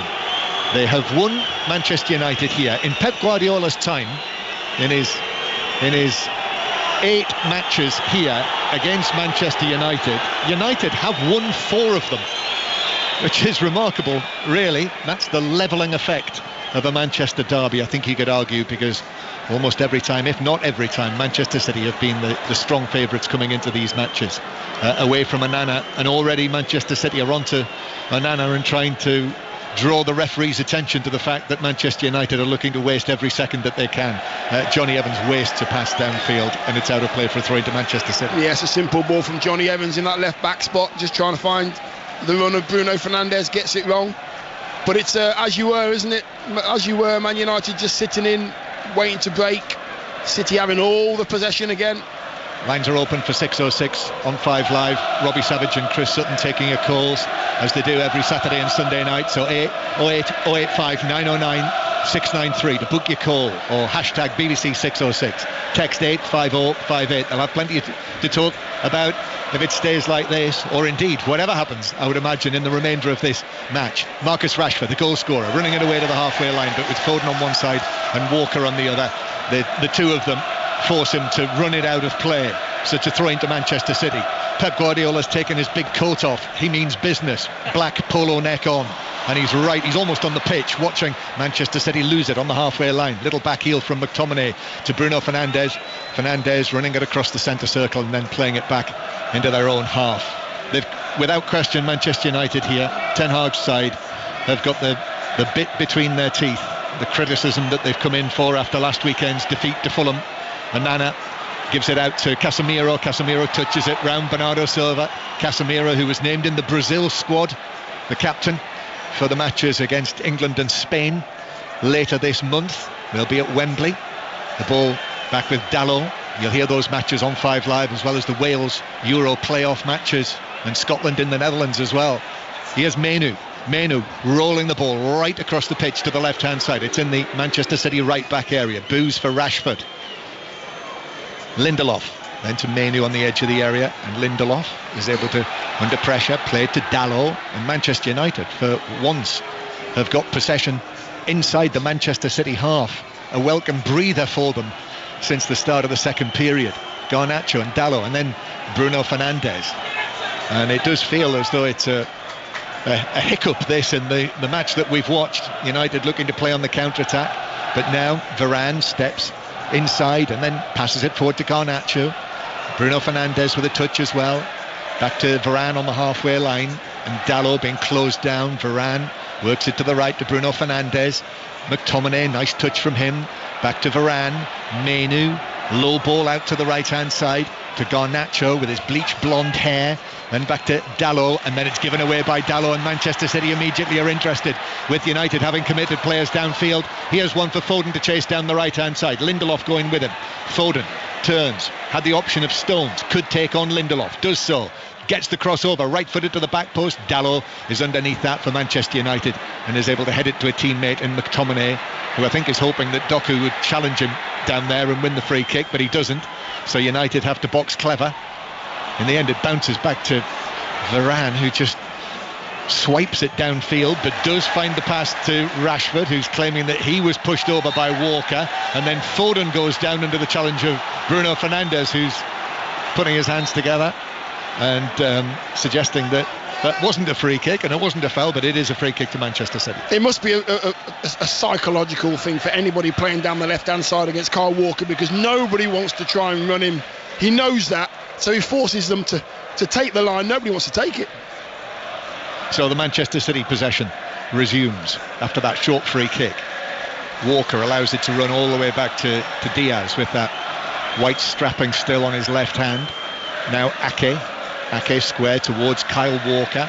Now Foden again, he also has got that now familiar strapping on his right hand. Foden, then low ball right into the path of Doku over on the far side. Doku against Dalot. Back to Ake, left-footed ball in. Haaland came across but didn't get his head to it, and the ball bounces out into the full-back position. That is brilliant defending from Johnny Evans. He knew that Haaland just got in front of him and he just nudged him underneath the ball. Great defending, great know-how from Johnny Evans. And then Casemiro does well to keep the ball under pressure from Foden, and Casemiro releases McTominay, and McTominay releases Rashford. Rashford running onto it. Walker came back in with a challenge. Rashford went down, wanted the free kick. Referee's not interested in that. Andy Madley.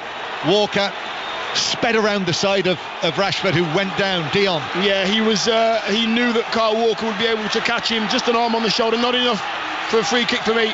City coming forward after that. Manchester United, Rashford not best pleased. He's back on his feet now, jogging back into his own half.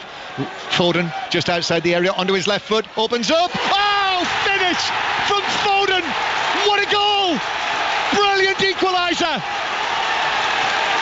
Rashford's was something else in the first half, and Foden has matched it in the second. 1-1 the score.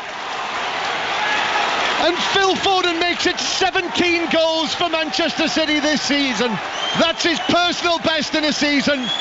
Down on his knee with that now familiar celebration. And Manchester City 1, Manchester United 1 is the score. What a goal from Phil Foden. What a talent. It's incredible. The strike's unbelievable. Again, he's not far off the same distance from Marcus Rashford. It's just laid into his path. He's got his back to goal. He decides to drop his right shoulder. He's about 22 yards out, and he puts it in the top corner. What a strike. Left-footed, bit of bend, bit of curl. Onana is nowhere. Players still not resumed, which is always a concern. Not sure what they might be looking at here. And Manchester United, have now been given the nod. And United, of course, the City equaliser coming after Marcus Rashford was sent away through, went down. He felt he'd been fouled by Walker. I'm not sure how strong his case was, but in any case, City went down the other end and Foden came up with the goal. Yeah, I've seen it back a couple of times now. There was a hand on the shoulder from Walker on Marcus Rashford as he was going through. Not enough for a free kick for me. Marcus felt it, went down. Referee didn't buy it. And Eric Ten Hag clearly has made his feelings known. He must have believed that it should have been a foul for Rashford and for Manchester United, whatever he said to Darren England, the fourth official. And now we've got a stoppage in play because a blue smoke bomb has been thrown onto the pitch close to Onana, actually, and the referee quite rightly is running across to Onana and I think telling him to stay away from it, because he was right next to it, and let somebody deal with it who knows how to look after such things. So the bucket of sand and the man with the big gloves is coming on to deal with it. I mean, John, one of the things that I noticed, that ball's gone in the top corner from Foden. It's an absolute world-class goal. You expect an amazing celebration from all his teammates. The only person that went to see him was Haaland, and what he did is he grabbed him back as if to say, right, come on, get back to the halfway line, I want more goals. And also Bernardo Silva in the centre of the pitch, ball under his arm, he's talking to all of his teammates as if to say, calm it down, keep playing your football. They are not happy with this at all, City. They want more, they want all the points. Change for Manchester City before play resumes. That's Dion Dublin, by the way, with us here for the commentary, of course, on 5 Live in the World Service. Premier League winner, Golden Boot winner, and we're watching Alvarez coming on to replace Doku. I think it was a point of discussion who would play with the absent Grealish, but Doku given the nod. But after that equaliser, Pep Guardiola is saying, come on then, Alvarez, with his 15 goals this season, on you go and see if you can help win us the game. So 1-1 now the score, as Rodri and the Etihad Stadium in great voice. Here is Foden now with this personal best goals tally this season. Ball into the edge of the penalty area. Walker comes back, Stones with a shot that was blocked away by Casemiro, and the ball bounces out towards the far side where Ake heads it on. Dalot is there with him, the two tangling, and the ball runs out of play for what is given as a throw-in to Manchester City.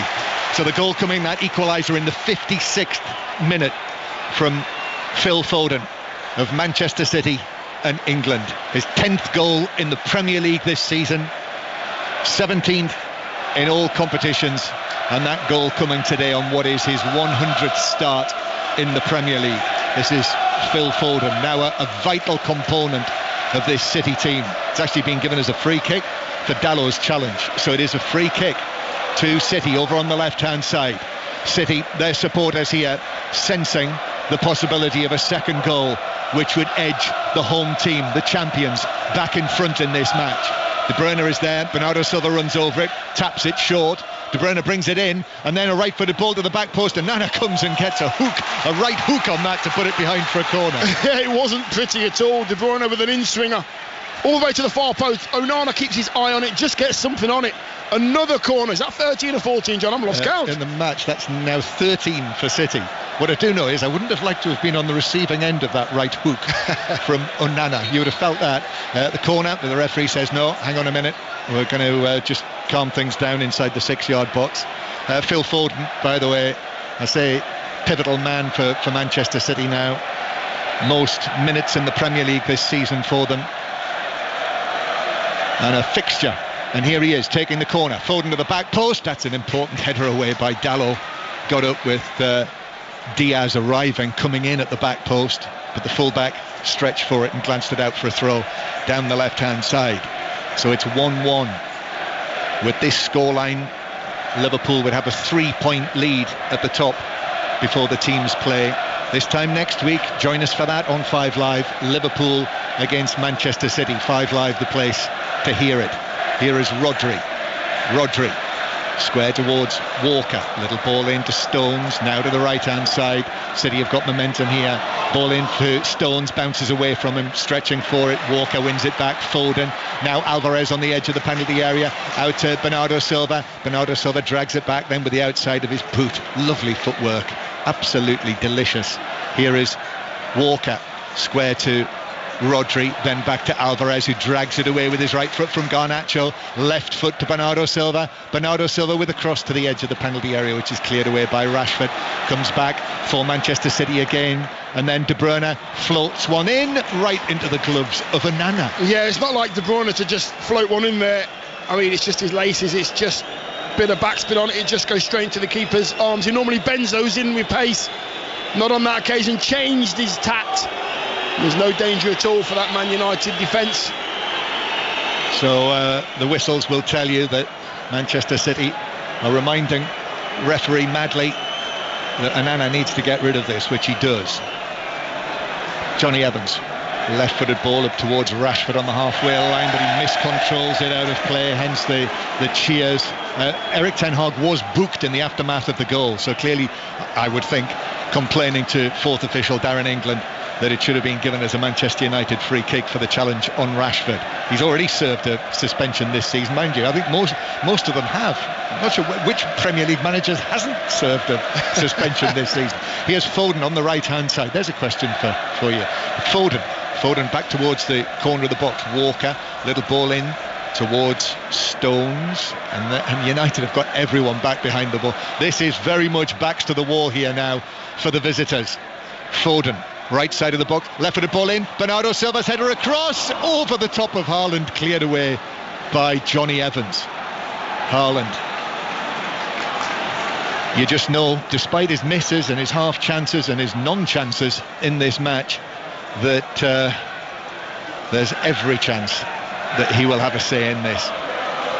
De Bruyne on the right-hand side, particularly with this sort of pressure. De Bruyne rolls it in, but again overhit by De Bruyne, so Onana is able to come out and collect it as he's challenged by Foden, and Onana is claiming that he's received a knock in there and he's lying on his back with his arm in the air.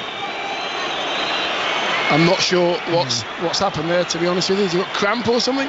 Well, the cynic would say there might not be much wrong with him. And I think he is suggesting he's got... Well, the referee's gone over there and taken the ball off him. He's saying he needs some treatment.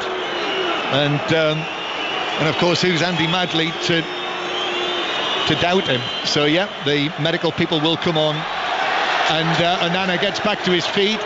And you can hear the reaction to that from the Manchester City fans, who I think might be some of those cynical people. There's thousands in here. And now he's sat down again. Down again now. He's sat down again. This is one for the older listener. He was in a position called the dying fly from many years back. Both arms in the air, both legs in the air, looking ridiculous. And now he's up, now he's down again. I'm not sure what's going on. He's up again. He's up again.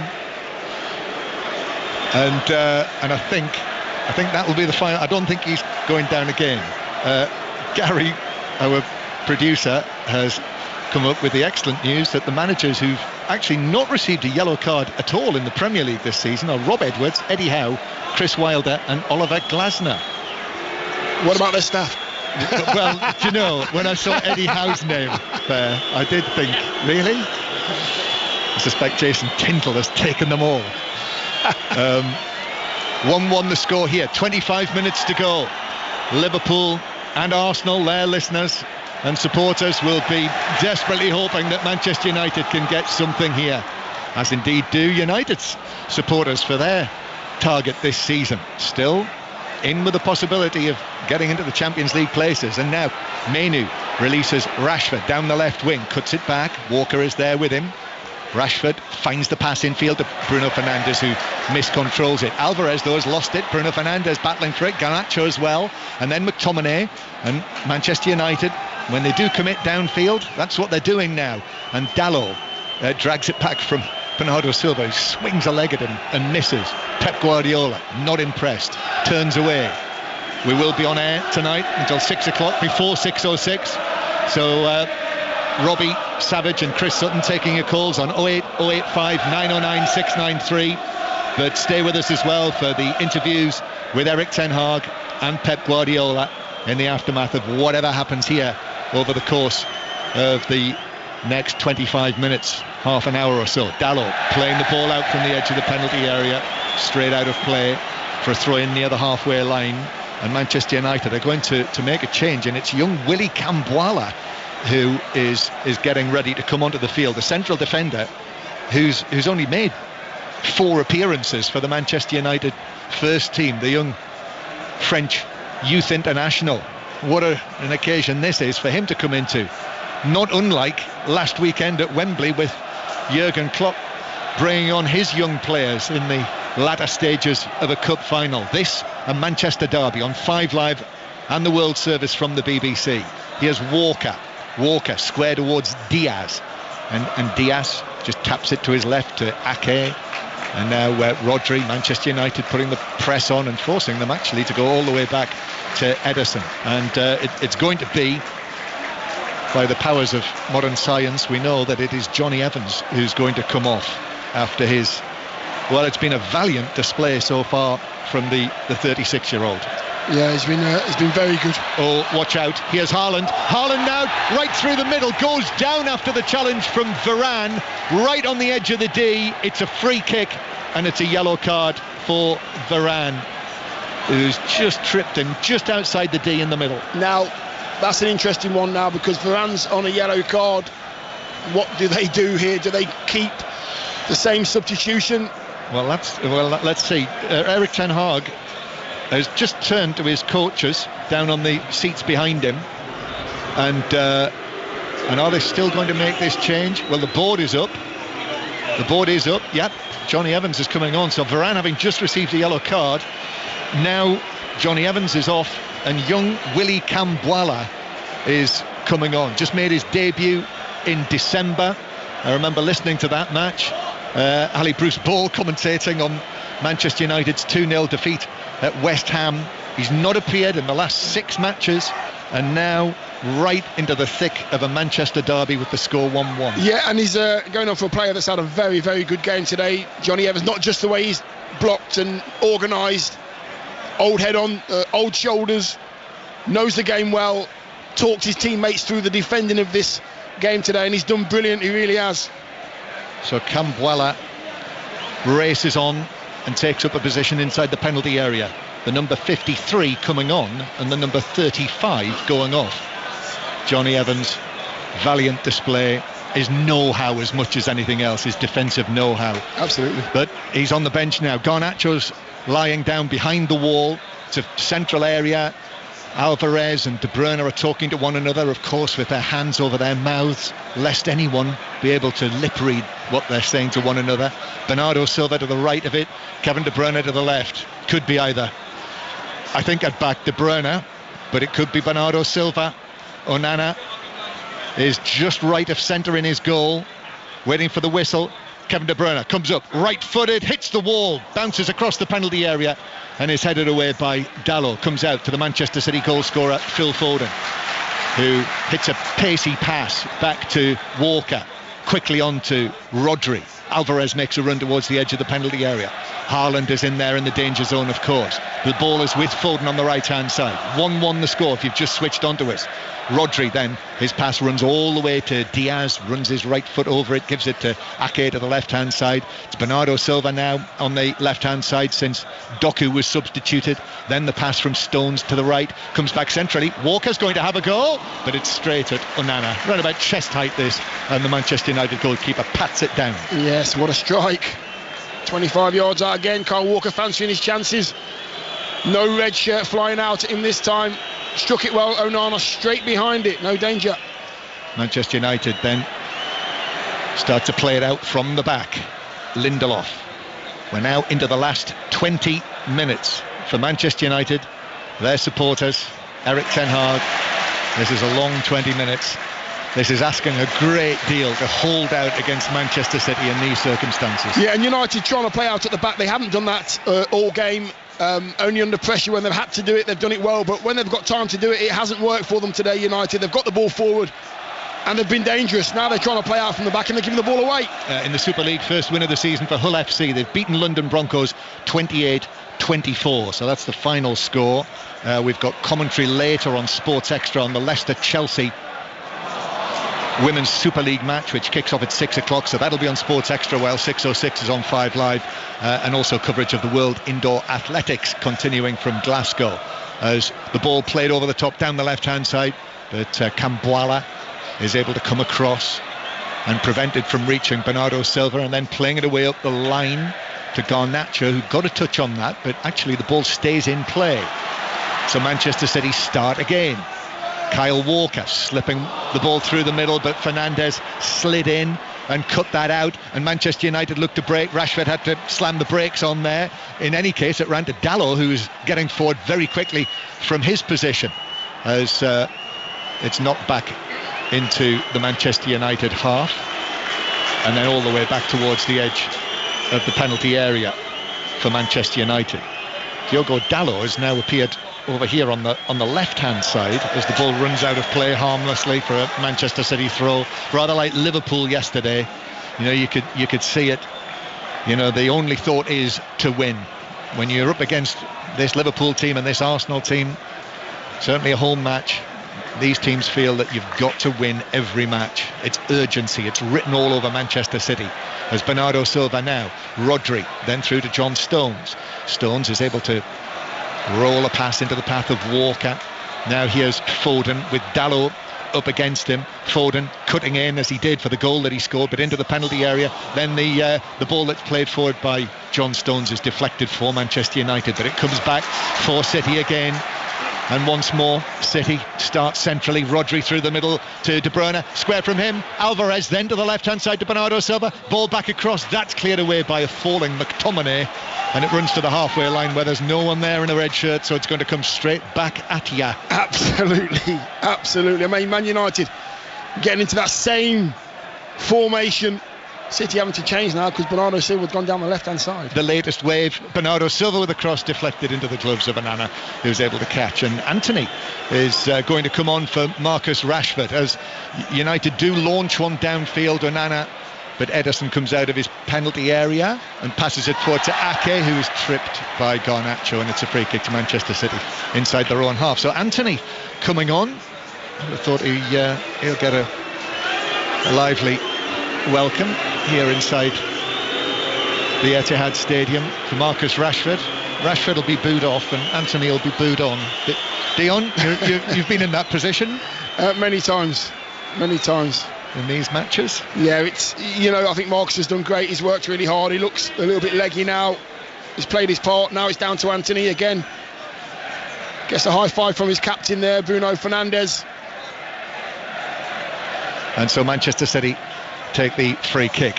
United now with Cambuala as the right back, Lindelof and Varane as the central defenders, and Dalot as the left back. So that's how they've rejigged it. So young Cambuala has taken up a position on the right hand side of the Manchester United defence. Manchester City 1, Manchester United 1. 6:06 on the way with Chris Sutton and Robbie Savage. But Manchester City beginning to run out of time. Just over 15 minutes for them to find a way through and win this match and close to within 1 point of the leaders. Rodri's ball over the top, that's headed away on the edge of the penalty area by Dalot. Garnacho wrestles his way free of Alvarez. Now Casemiro turns the ball back to Varane, back to Onana, who had to hit a first-time ball beyond Haaland to his left, to Dalot, who with the outside of his boot sends a pass forward for Bruno Fernandes, who's looking for Anthony, and Bruno Fernandes' pass to Anthony might have come back from an offside position.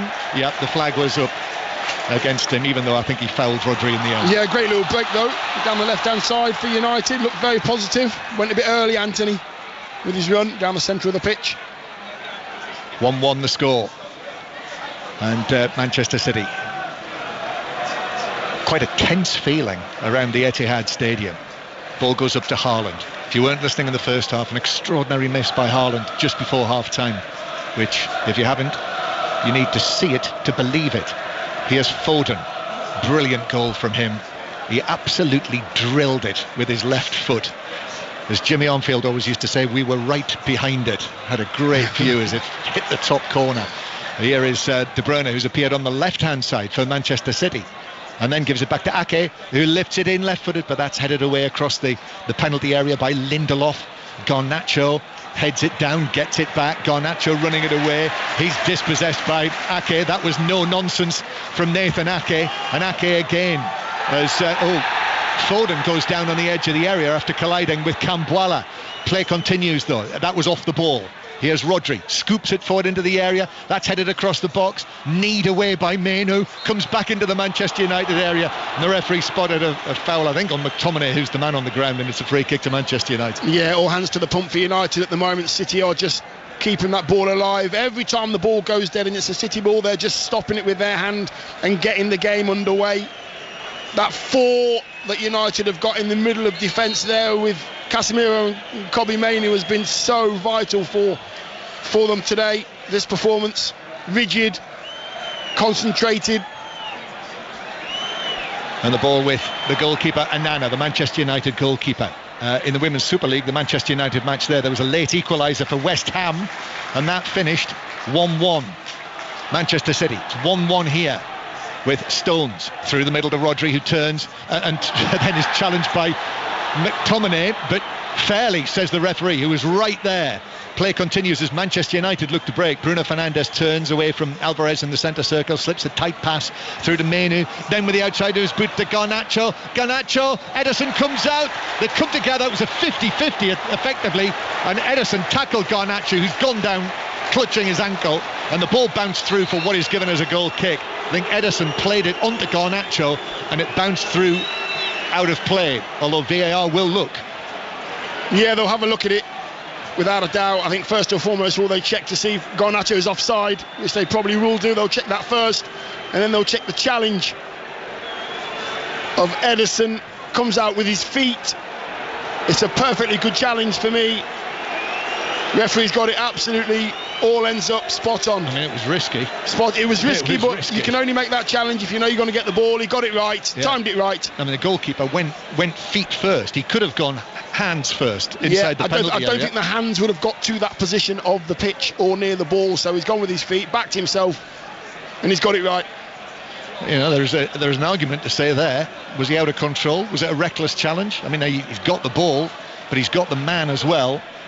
But it did indeed bounce onto Garnacho and out of play. Goal kick, and that is it. That's what's been given. Manchester City 1, Manchester United 1 remains the score.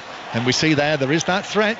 You know, do not rule out the possibility of a second goal for Manchester United, even though this is all Manchester City. Bernardo Silva, then infield towards Alvarez. This is very like the scenario yesterday now, when I was listening to Ian Dennis yesterday afternoon with Paul Robinson at the City Ground, whether the team at the top of the table were going to be able to find a goal. They have scored so many late goals between them this season.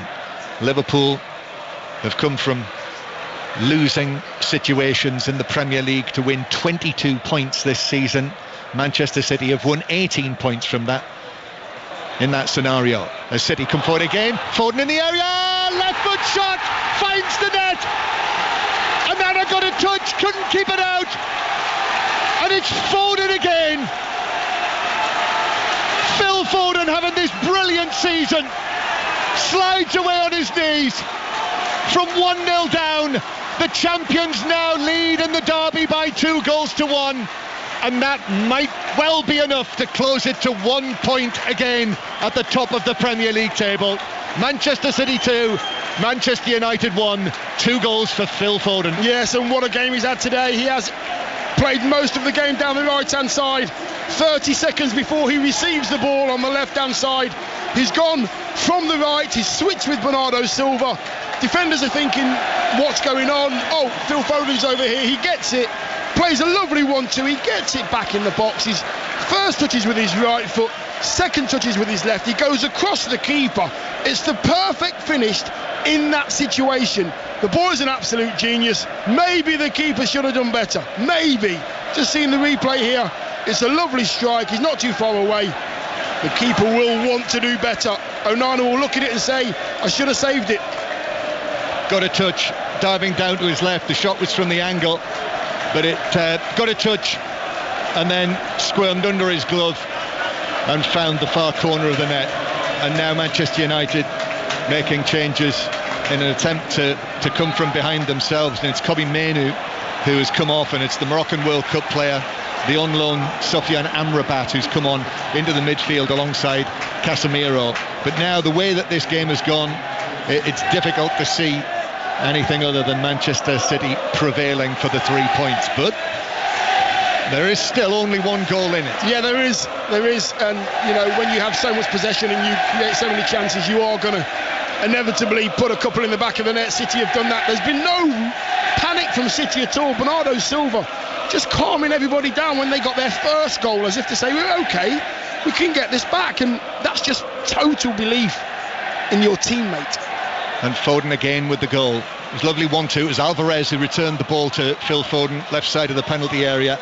And yes, Onana got a hand to it. Certainly you could argue that he might have kept that out, but it was well struck, low shot by Foden. Yeah, I think he'll argue it himself. He will think himself, I should have saved this. There was enough pace on it though, possibly to go by him, but himself, he would have wanted to save it. Then here's Foden on a hat-trick, just like the match last season here against Manchester United. Alvarez giving it back to De Bruyne near the corner of the penalty area. So 2 goals in this game. He was rested for the cup match in midweek, Phil Foden, but scored the winner against Bournemouth last weekend. And also, as well as Amrabat, Amari Forson has come on for Garnacho, so it was a double change there. So the number 62, Amari Forson, is also into the action. But Manchester City, you can hear, I'm sure, the change in the mood inside the Etihad Stadium. And Phil Foden, as we've said, this has been the season where Pep Guardiola, you know, he's always been so complimentary and so confident that Foden would become the player that he has. But he's got absolute confidence in him this season. And here he is now, Foden receiving it from De Bruyne on the left-hand side, takes it into the full-back position against Cambuala, goes for the byline, cuts it back actually, gives it to Ake on the edge of the box, right for the ball into the penalty area. Alvarez back to Foden, puts his foot in it, crosses it, looks for Haaland, but that was just headed away by Lindelof above the Norwegian, or in front of the Norwegian. Bernardo Silva now again on the right-hand side, plays it back towards Diaz, and there's no let up from Manchester City. 2-1 up now in this match, and they're looking for a third that would absolutely finish it off. Foden now mainly over on the left-hand side, and Phil Foden also 7 assists in the Premier League this season for Foden. That's 11 goals in the league and 18 in total in all competitions. And with the important section of this season to go, Phil Foden has the possibility of recording quite a total. Yeah, and the thing about this City side is you keep Haaland quiet, somebody else is going to crop up with a few goals as well. They've got so many players that can score goals. Phil Foden's goals today have been absolutely outstanding. Haaland may have missed a massive chance. Man United have played him well, but there's other players in sky blue shirts that are happy to take the responsibility of scoring goals. Manchester City 2, Manchester United 1. And I'm not sure, we haven't seen a shot, have we, of Gareth Southgate in the crowd, I'm sure. He is here, Gareth South. In fact, incredibly, as I say that, he pops up on the screen in front of me. So he's here, and the point I was going to make, as De Bruyne comes down the left-hand side, plays it to Foden. Foden still keeps possession. Lovely control from him in the box. His tight control is something else, isn't it? As De Bruyne plays it back towards the halfway line. You know, with him being this fixture in the Manchester City team, the obvious then follow-up question is, you know, does he now have to be an absolute nailed-on England first-choice player? Which I suspect he will be. Surely. Here is Diaz, back to the right-hand side, to Bernardo Silva. Passes it down to Alvarez, and then Alvarez back to Bernardo Silva. Manchester United not out of this yet, 2-1 down. Problem is, they can't get the ball back. Manchester City are keeping possession inside the Manchester United half, and the City fans are clapping in the end to our right, next to the Manchester United fans. They're enjoying this now as Foden goes all the way back to goalkeeper Ederson. So 2-1 it is. After Rashford's early goal, Manchester United led for a long time in the match until Foden found that brilliant equaliser, the left foot shot, which was so cleanly struck, Dion. Yeah, it was an amazing strike from Foden, but United set out the game in the right way, sat in, got their amazing goal from Marcus Rashford, forced City to come and try and break them down. They've done that, and now City are just playing keep ball. United have to come out. If they want to get another goal, United have to come out of their shape, which will leave gaps again, and City are the best at finding those gaps, picking teams apart. City coming forward again. It's Manchester United's latest attempt to attack, breaks down, and it's De Bruyne now coming rather lazily forward, plays a left-footed ball across the penalty area, which is cleared away by a falling Varane. He's been very good as well today, Varane, should be said. Needs to be mentioned in dispatches. Absolutely, and he stayed in between the post, defended very well with whoever's been by the side, and Johnny Evans again was outstanding. Onana's done okay. First half brilliant, second half not so. Corner then for City. Corner from the far side in front of the Manchester United fans. De Bruyne clips it in under the crossbar, and Onana dived for it. Ake was there as well. Final touch was off the gloves of the goalkeeper, who's claiming that he was being fouled by Ake, but the referee says no, fair challenge, and it's a corner from the other side for City that Bernardo Silva is waiting to take. He has got City fans on their feet behind him in the stands, clapping in rhythm. Bernardo Silva, left-footed corner in, it's above Haaland, bounces across the box. A heavy touch by Dalot. I think there were shouts that might have come off his hand, but it's bounced into the full-back position. De Bruyne is holding it up there against him, and now Alvarez, right-footed ball right across the pitch to Bernardo Silva, still on the side where he took the corner. Bernardo Silva then working it back into the area to John Stones. Challenge comes in on him from Casemiro. Bernardo Silva then chips it right towards the back post. De Bruyne's header across the 6-yard box. That's cleared away by Varane, and it bounces away for Manchester United to race it to Antony. And Antony now off on a run down the right wing. He's got two City players chasing him, Nathan Ake, but also Phil Foden, who comes in with a challenge and is able to deflect it out of play and turns and says to the crowd over there, come on, let's have your support. Did Guardiola do the same thing? Exactly the same. You look like a sea lion. As Haaland on the halfway line loses out to Varane, and Manchester United have it inside their own half.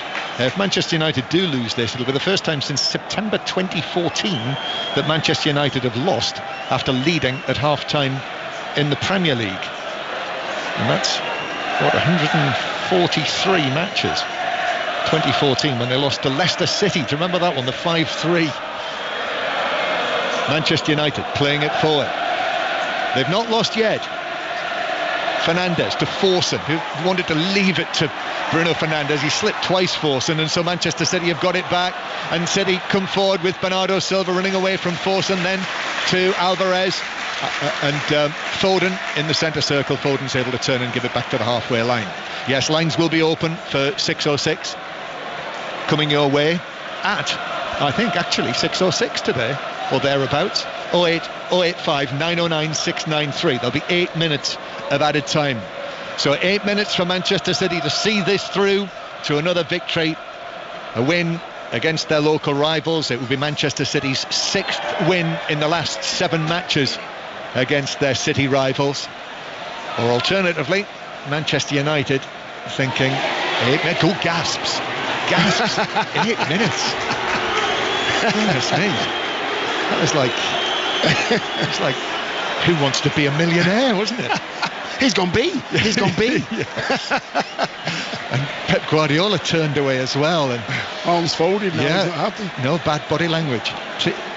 Here is De Bruyne. De Bruyne down the line, flicked in field by Foden. Lovely touch that. De Bruyne drives it onto the edge of the area. Right foot shot. Oh, close. Just wide of the right post as he looked at it. Yeah, and he fancied it as soon as he got it back from Phil Foden. He's travelling and gets into his lovely right-footed, bending, curling position, and a couple of yards away from nestling in the net. As Amrabat's dispossessed, Rodri through, Haaland to finish it, tucks it away, left foot beyond Onana. Manchester United losing it on the edge of their own box. Amrabat the guilty party, and Erling Haaland says that will do for this Manchester derby. 3-1 they lead,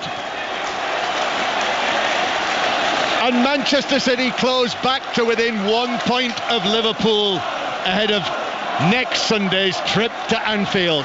Manchester City 3, Manchester United 1, and Haaland makes it 28 for City for the season. Yeah, keeping him quiet is a job.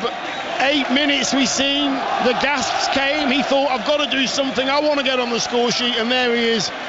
City's organisation, their concentration, everything about this side, even at 1-0 down, I'm thinking they will get a goal, they'll at least get a point. And just their mentality, Bernardo Silva, I've got to tell you, that young Portuguese footballer has organised, orchestrated everything that's gone on in the second half for his team, his club, and he's been outstanding, he really has. And they've got it won now, and Erling Haaland, he got a kiss on the forehead from Phil Foden, lying on his back. Foden leant over, gave him a smacker on the forehead. It's all smiles now. The City fans on their feet. The Manchester United fans are heading for the exits now. It's been a tantalising Manchester derby for them, with that brilliant early goal from Rashford, and they led so long, and indeed it was still 1-1 heading into the final 10 minutes, but now it is 3-1, and Manchester City are heading for victory again. And Manchester City with Alvarez. Here is Bernardo Silva. Dion Dublin just talking about his influence on the game. Yeah, he's, every time they've done something good or there's been a stoppage in play, he's organised his team, and I think they all respect him, they're all listening to him as well. Don't rush, and then we go quick, and it's all because of his communication, along with De Bruyne obviously, and Foden's been outstanding, but just that international quality. City coming forward again with Ake, ball across the edge of the penalty area, and City again, Foden to the left-hand side, Ake back to Foden, square from him to Stones, it bounces into the penalty area but is cleared away, just whacked away by Varane downfield. And I say if Manchester City got a fourth, I think that would be quite cruel on Erik ten Hag and Manchester United, don't you think? Yeah, it would be, but that's what City do, when you're down, they want to keep you down. Man United have played brilliant for 55, 60 minutes, but City have played well for the whole of this game, just haven't had a chance to put the ball in the back in the first half anyway. But they never went anywhere, they just stayed there and played their patient football and waited and waited and waited. Oscar Bobb is going to come onto the field for Manchester City for the last knockings. But the game's been won now, it's party time in the stands. Another derby win, it's going to be a double this season after the 3-0 win at Old Trafford. So what is that, three goals away, 3 at home against Manchester United, and in the end the two matches once again have shown what it is Manchester United need to do, whatever Ineos and Sir Jim Ratcliffe have got planned. It's another illustration of just what a difference there is between these two clubs right now, and what a lot they've got to do to knock them off that perch. Yeah, it's the standard. It's the coaching. It's the application. It's everything. Foden is chopped down on the halfway line. That's a free kick, and Manchester United players have gone to Foden there. I think Anthony is just leaning over him, so the Manchester City players have come to stand around Phil Foden. Certainly we don't need this City to be a problem. Foden is still down, so there's a bit of concern here. It's actually Phil Foden who's going to be substituted. That was the plan. So Guardiola looking rather concerned here, but he's on his feet, Phil Foden, and I think he's going to be okay to leave the field on the far side. We'll have to check and see how he is, but there we are, another excellent day for Phil Foden. 2 goals in the derby. This is the Mancunian, this is the Manchester City fan, and Pep Guardiola is leading the applause for Phil Foden. Hat-trick here against Manchester United last season, 2 goals this season. This was his 100th Premier League start. He started 35 matches in all competitions for City this season, played more minutes than anyone else. He is very much part of the Manchester City modern furniture, and he's able to walk around the pitch and receive applause all the way around. What a great position for a young man who grew up supporting Manchester City to be able to soak it all up, Dion. Yeah, and play for his boyhood club, one of the best coaches in the world, playing with the best players. He's just absolutely relishing in it and loving it as well, and the better player he plays with, the better player he becomes. Manchester City 3, Manchester United 1. 5 Live and the World Service, the final moments of this 192nd Manchester derby, which is very much in the end gone Manchester City's way, with those late goals from Foden and Haaland in the last 10 minutes plus added time. Ball out of play for a throw into Manchester United. Erik ten Hag. It's Everton next for Manchester United next Saturday, and Manchester United 6 points behind Tottenham, who are in the 5th place position right now. There's United with Fernandes. The applause continues as Phil Foden now makes his way around this side of the pitch. We've seen that sharp shooter celebration from him twice today, and he certainly seems okay. That knock that he got late in the game, even though his sky blue and white kit is considerably muddied, Pep Guardiola claps hands with him, gives him a slap on the back as Manchester United attack, and there's a foul on Dalot, 23 yards out for Manchester United to have a late attempted goal possibly, and we are now in the 8th minute of added time.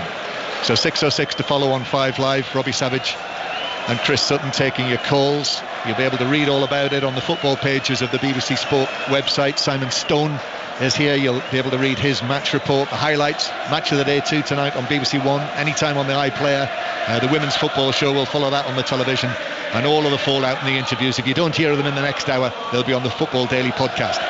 Fernandes then takes this free kick into the area, glances off ahead and behind, but that's it. There's the final whistle. There is the celebratory roar from the Manchester City fans inside the Etihad Stadium. A league double over Manchester United this season.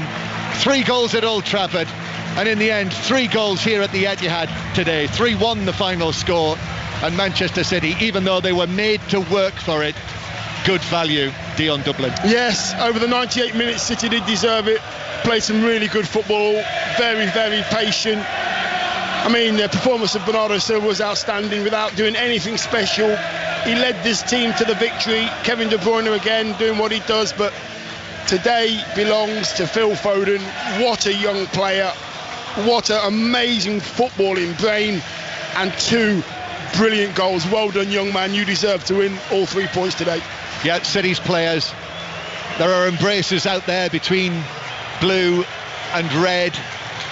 I see Ruben Diaz, a big hug with Diogo Dalot in the centre circle, and likewise, you know, they were tested today. That early goal from Marcus Rashford, and what a goal that was. City only equalising 11 minutes into the second half, but City came on strong in that second period and found the goals that they weren't able to do in the first half when Erling Haaland perpetrated that extraordinary miss before half-time. But 2 goals for Foden, and then Haaland got on the score sheet right at the end. And now the songs of celebration ring around the Etihad Stadium, and it's back to 1 point, the lead at the top. And this really testing month that they've got, even for Manchester City, it's a testing month. It started off with an excellent win in the end against Manchester United by 3 goals to 1. And here's Steve Crossman, who's just to our left.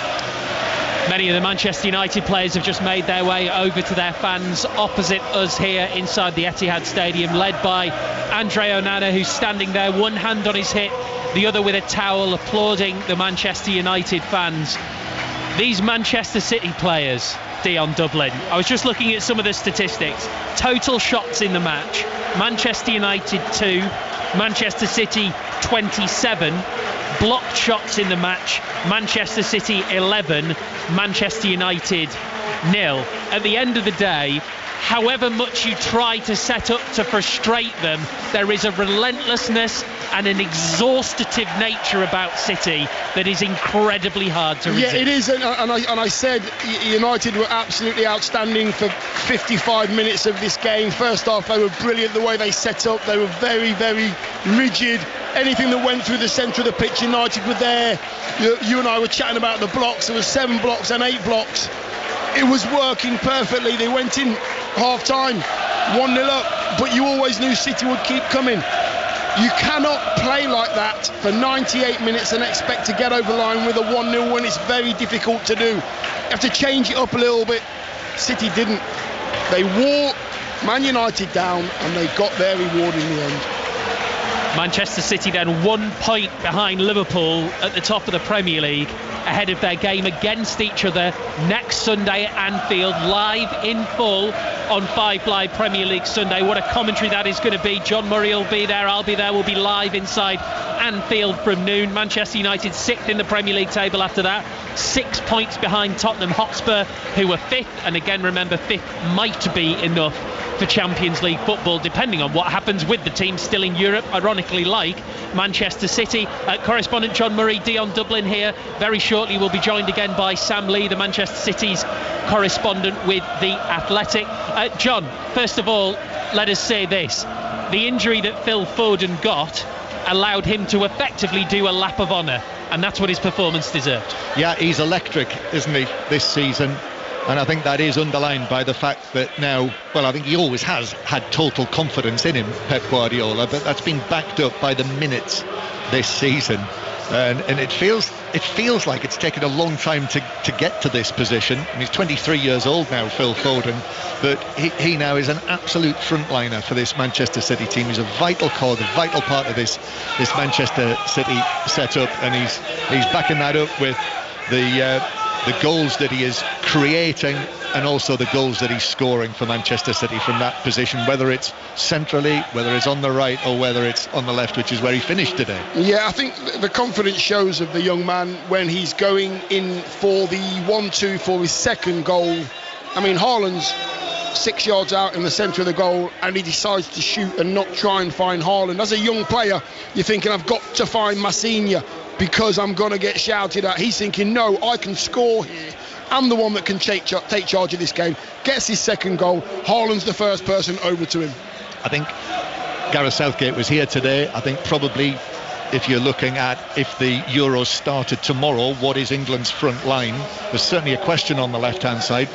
You know, Rashford has played there so often for England, but I think you simply have to find a place for Foden in the England team. So you're probably looking at Saka on the right, Kane in the middle, and Foden on the left-hand side. It's Foden and who? That's what it is. It's Foden and other players. You have to play him with a performance like that. Absolutely outstanding. Sam Lee from The Athletic has rejoined us now in the commentary box here at the Etihad Stadium. You won't be surprised that we've launched our post-match chat with Phil Foden after that, Sam. Yeah, some headlines write themselves, don't they? Guardiola's always talked about his composure in front of goal, and you might remember the Champions League final last year where he danced through and you think he's going to score the greatest goal in the Champions League final to round this off, apart from the overhead kicks. And he just didn't have that composure in the box, but for that winner there, he did. And obviously the goal from outside the box for the equaliser, you put those two things together and you can see why he's got 18 goals already this season. It's incredible numbers, really. It's also timing, Dion, because that goal came at a time in the game where Manchester United players were just blocking shot after shot after shot, and whilst you kind of felt they were going to break through, we were just about getting to that time where you were starting to feel, it might not be their day, this, and then he does that. Yeah, but again, he's given the freedom, and I mentioned in comms as well that Bernardo Silva was the one that said, listen, let's swap sides. I'll go from the left to the right, you go on the left-hand side, and let's see what we can do here. Within a matter of seconds, he gets the ball on the left-hand side, he plays a 1-2, and like Sam says, he has the confidence to take on that effort. Sam, I was just saying that Haaland's in a position where he got a tap in. Be there, yeah. He had a tap in, but Foden's took charge of the situation. At 23 years old, the young man's just a genius. Well, to be fair, Haaland's younger, so he pulled rank there. Yeah, he did, yeah. But I mean, Foden's numbers now, as Sam says, that's 18 for City this season. So 2 seasons ago, 16. Last season, 15.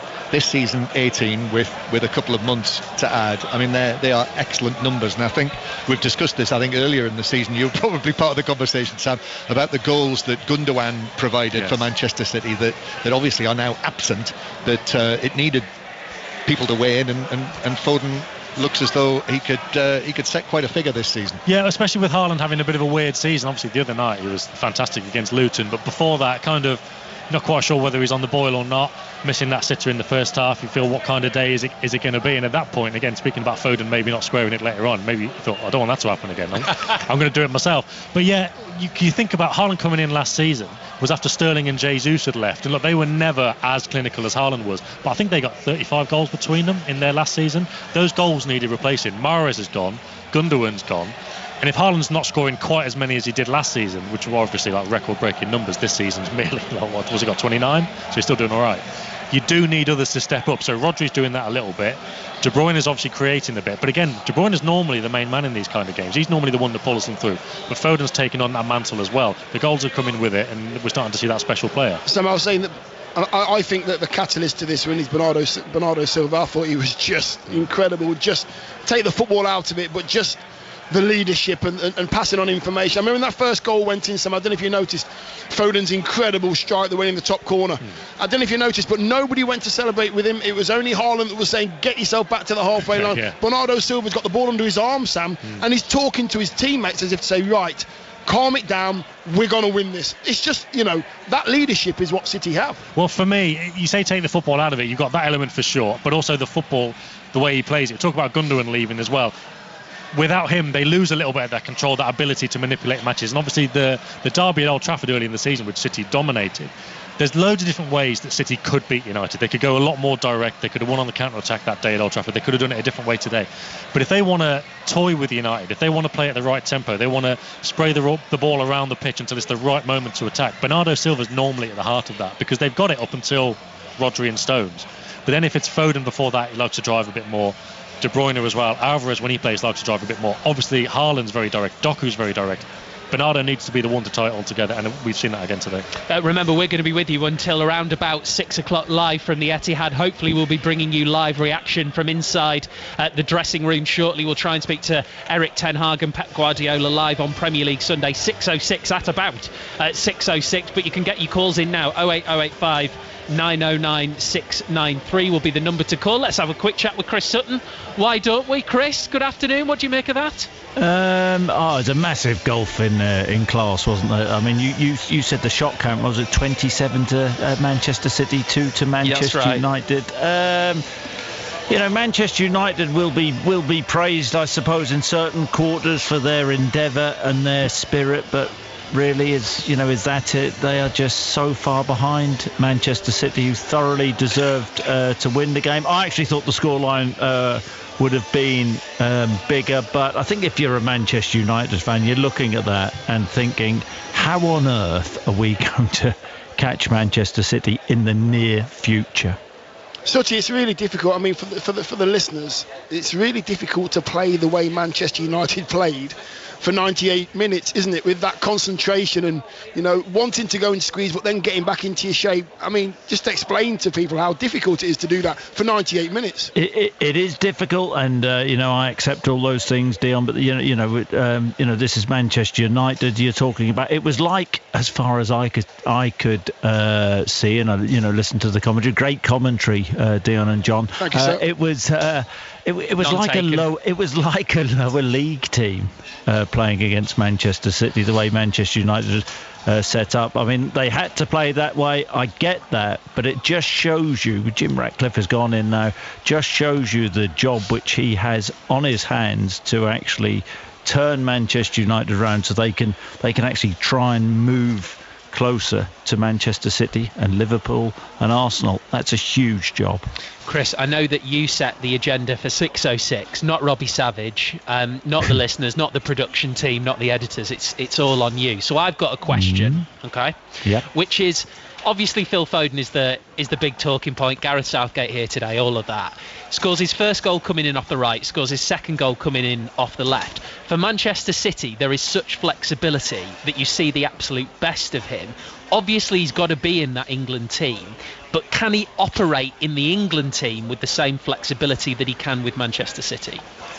That's a really good question. I'd need a couple of days to think about this under normal circumstances. Took me a couple of days to ask it. Sorry. Well, is it fair to say that Gareth's a bit more rigid, you know, than Pep Guardiola? Look, what do we know about Phil Foden? He can play numerous positions and play them brilliantly. He's got a wonderful football brain. He's still a young man. He's getting better and better and better. But you know what is exciting is going to the Euros. You've got Foden, you've got Bellingham, you've got Declan Rice, and you know, I think there are many England fans out there who won't want to say it, but I mean, who other than sort of France, John would know this better than me, who really, you know, has the players which England have at this moment in time? Well, you know, that is a very fair point, but there have been a string of tournaments recently where the favourites haven't necessarily ended up winning it. But you know, it's the usual teams, isn't it? You're talking about Belgium and Portugal and Spain. You know, Germany are obviously going to be on home ground. We'll have to see what Julian Nagelsmann's able to do with them. They're hopeless, the Germans. Well, let's not go too early on that. Are you going to laugh your head off if they go out again? Scotland will beat Germany in the opener. Well, Scotland are about to. I'm fairly confident Scotland are about to have the best tournament they've ever had. Nice. Chris, anything else on your agenda? Oh, did you see the kerfuffle up north? Brendan Rodgers kicking off, having a pop at the VAR official John Beaton, sort of blaming him for Celtic's results, sending off penalties. I've got to say, I mean, John and Dion, I don't quite know what's a penalty and what is and what's not anymore. I'm baffled. What about drop balls, Chris? Drop ball, haven't got a clue. We've known each other a long time, John, and you know I haven't got a clue about most things. But honestly, you've got to see some of the decisions up north. I mean, crazy. Celtic dropping points, Rangers losing yesterday as well. We've got a title race on in Scotland. I can't remember the last weekend that they both lost. That's a good one, yeah. That's one for you, Steve. I'm sure. Thanks very much. I don't know. If you care about Scottish football, you'd know that. Of course I care about Scottish football.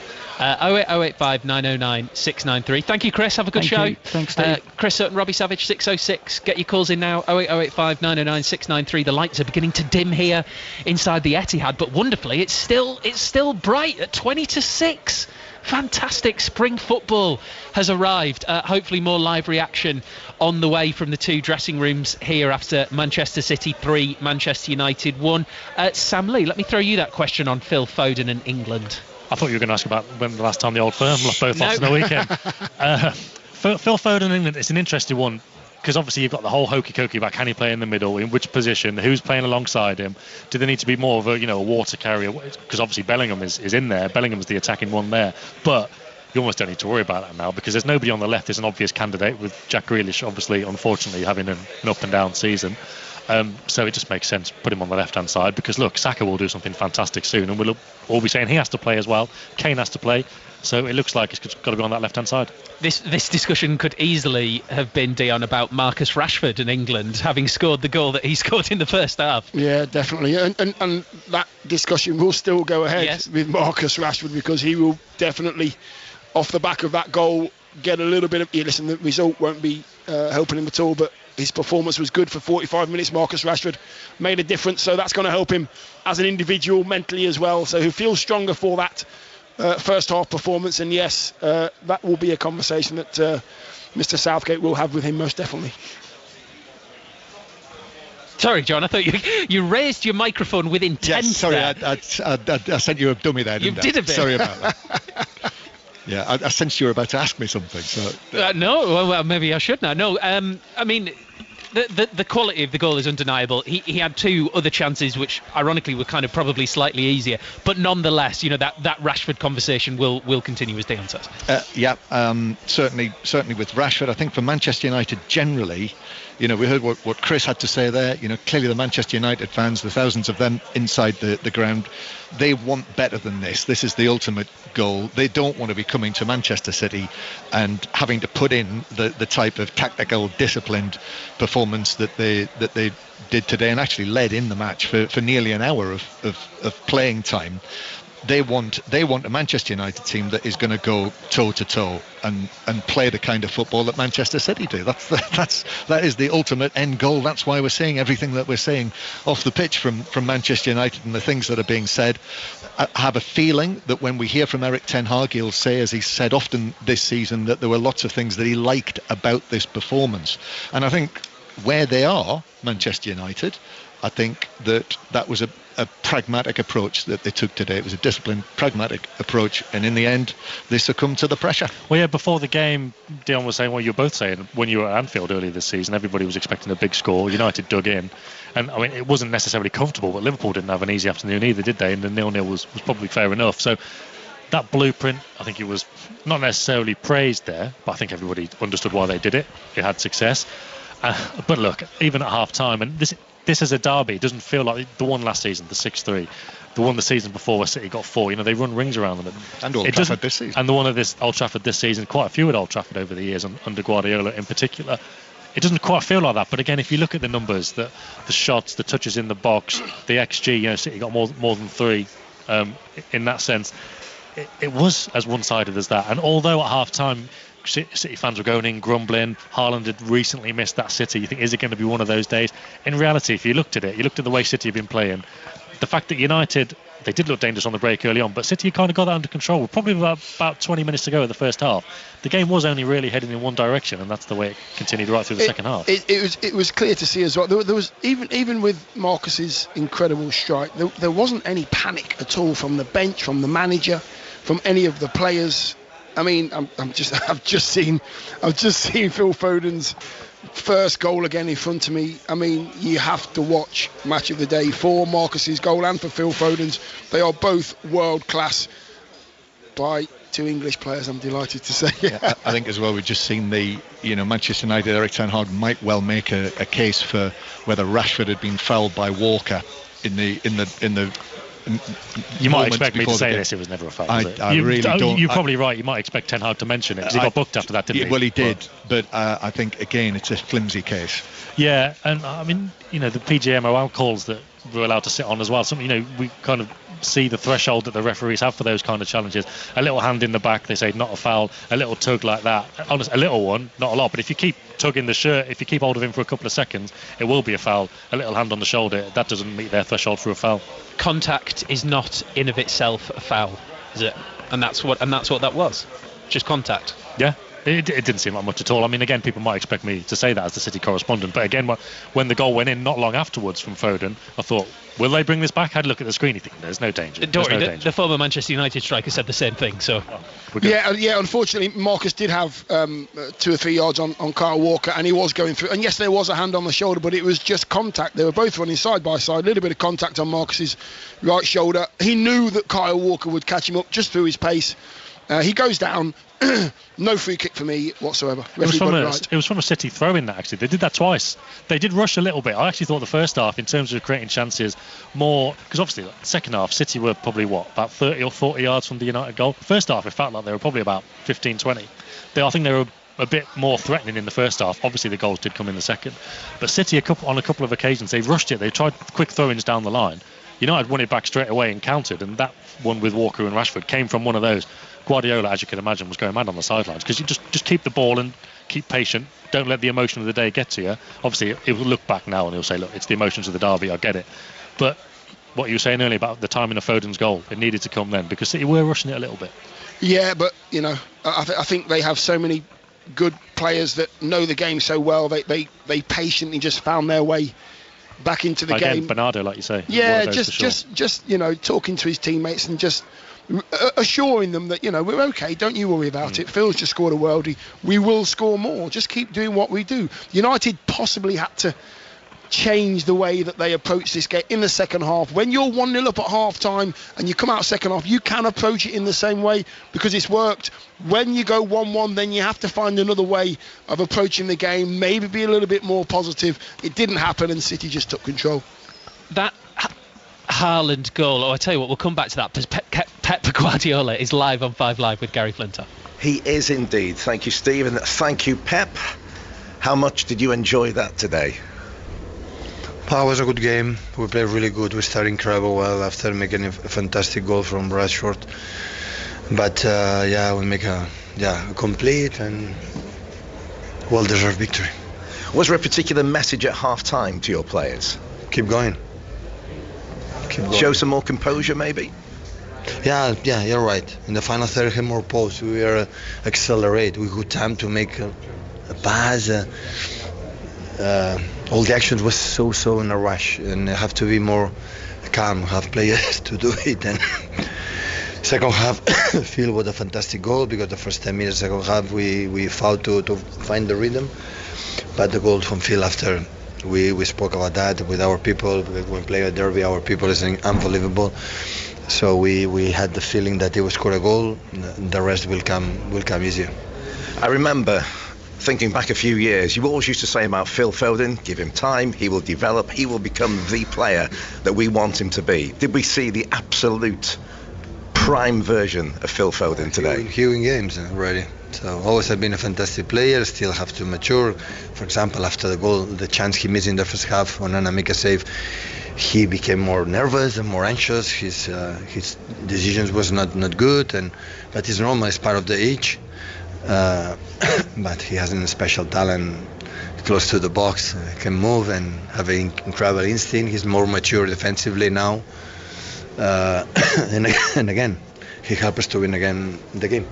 And in terms of Erling Haaland, did it show his mentality? No matter when he does miss chances, from time to time, when the next one comes along, he makes sure. That is what about. And in terms of the title race overall, what has this done today? I don't know. Now is Copenhagen.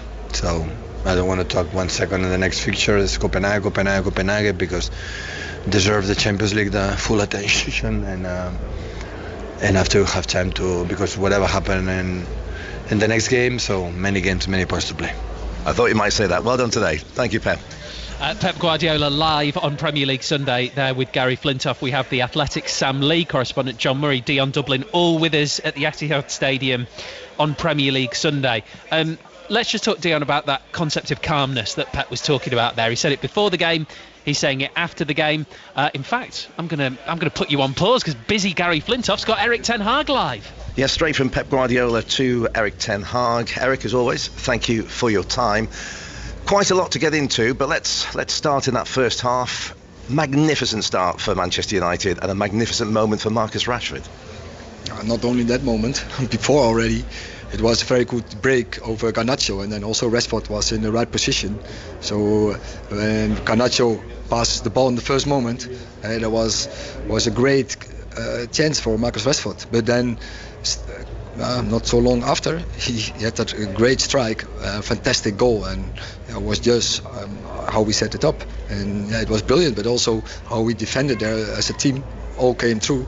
So I'm very pleased with the performance from our side. Was there a slight frustration you didn't actually score a second goal in that first half?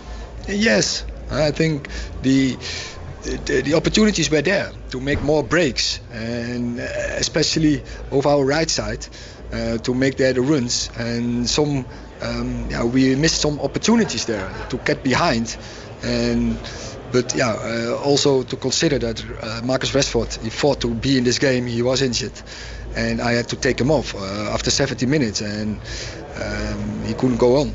So there was a pity, because with Garnacho and Rashford you have all the way a threat, but they have to be fit. That's also clear. So what did you make of Manchester City's equaliser? Because clearly you were unhappy with what you felt was a foul on Marcus Rashford before that developed. It was debatable, and he touched him.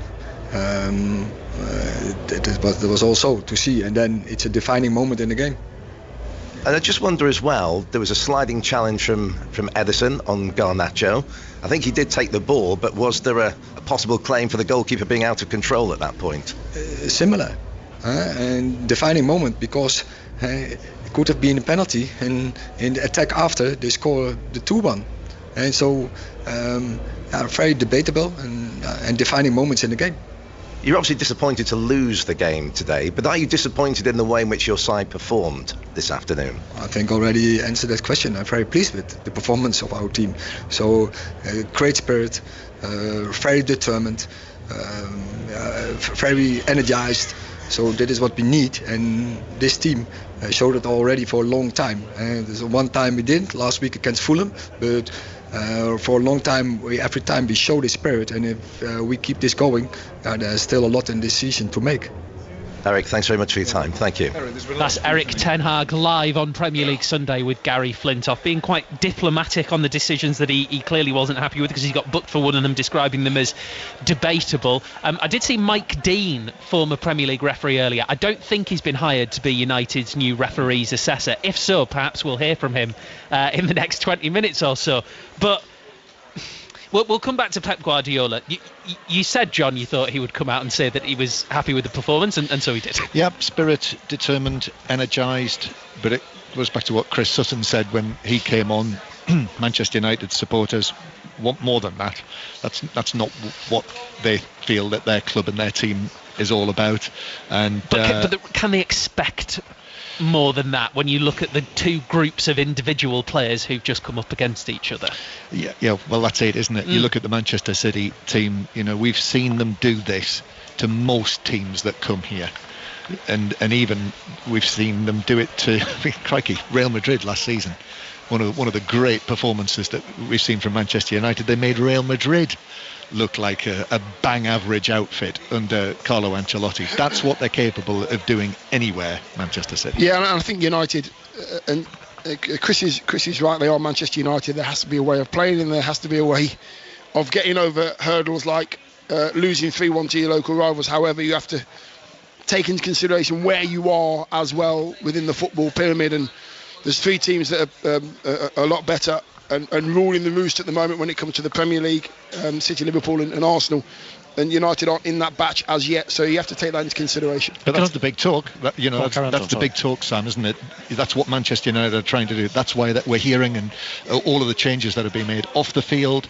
This is the ultimate goal for Manchester United, to play like Manchester City. Yeah, it's what Sir Jim Ratcliffe's been saying a lot. Guardiola's press conference on Friday was full of questions about United's aspirations to be like City, but when we analyse some teams, all season we've talked about Newcastle adjusting to midweek football, injuries, we got sympathy.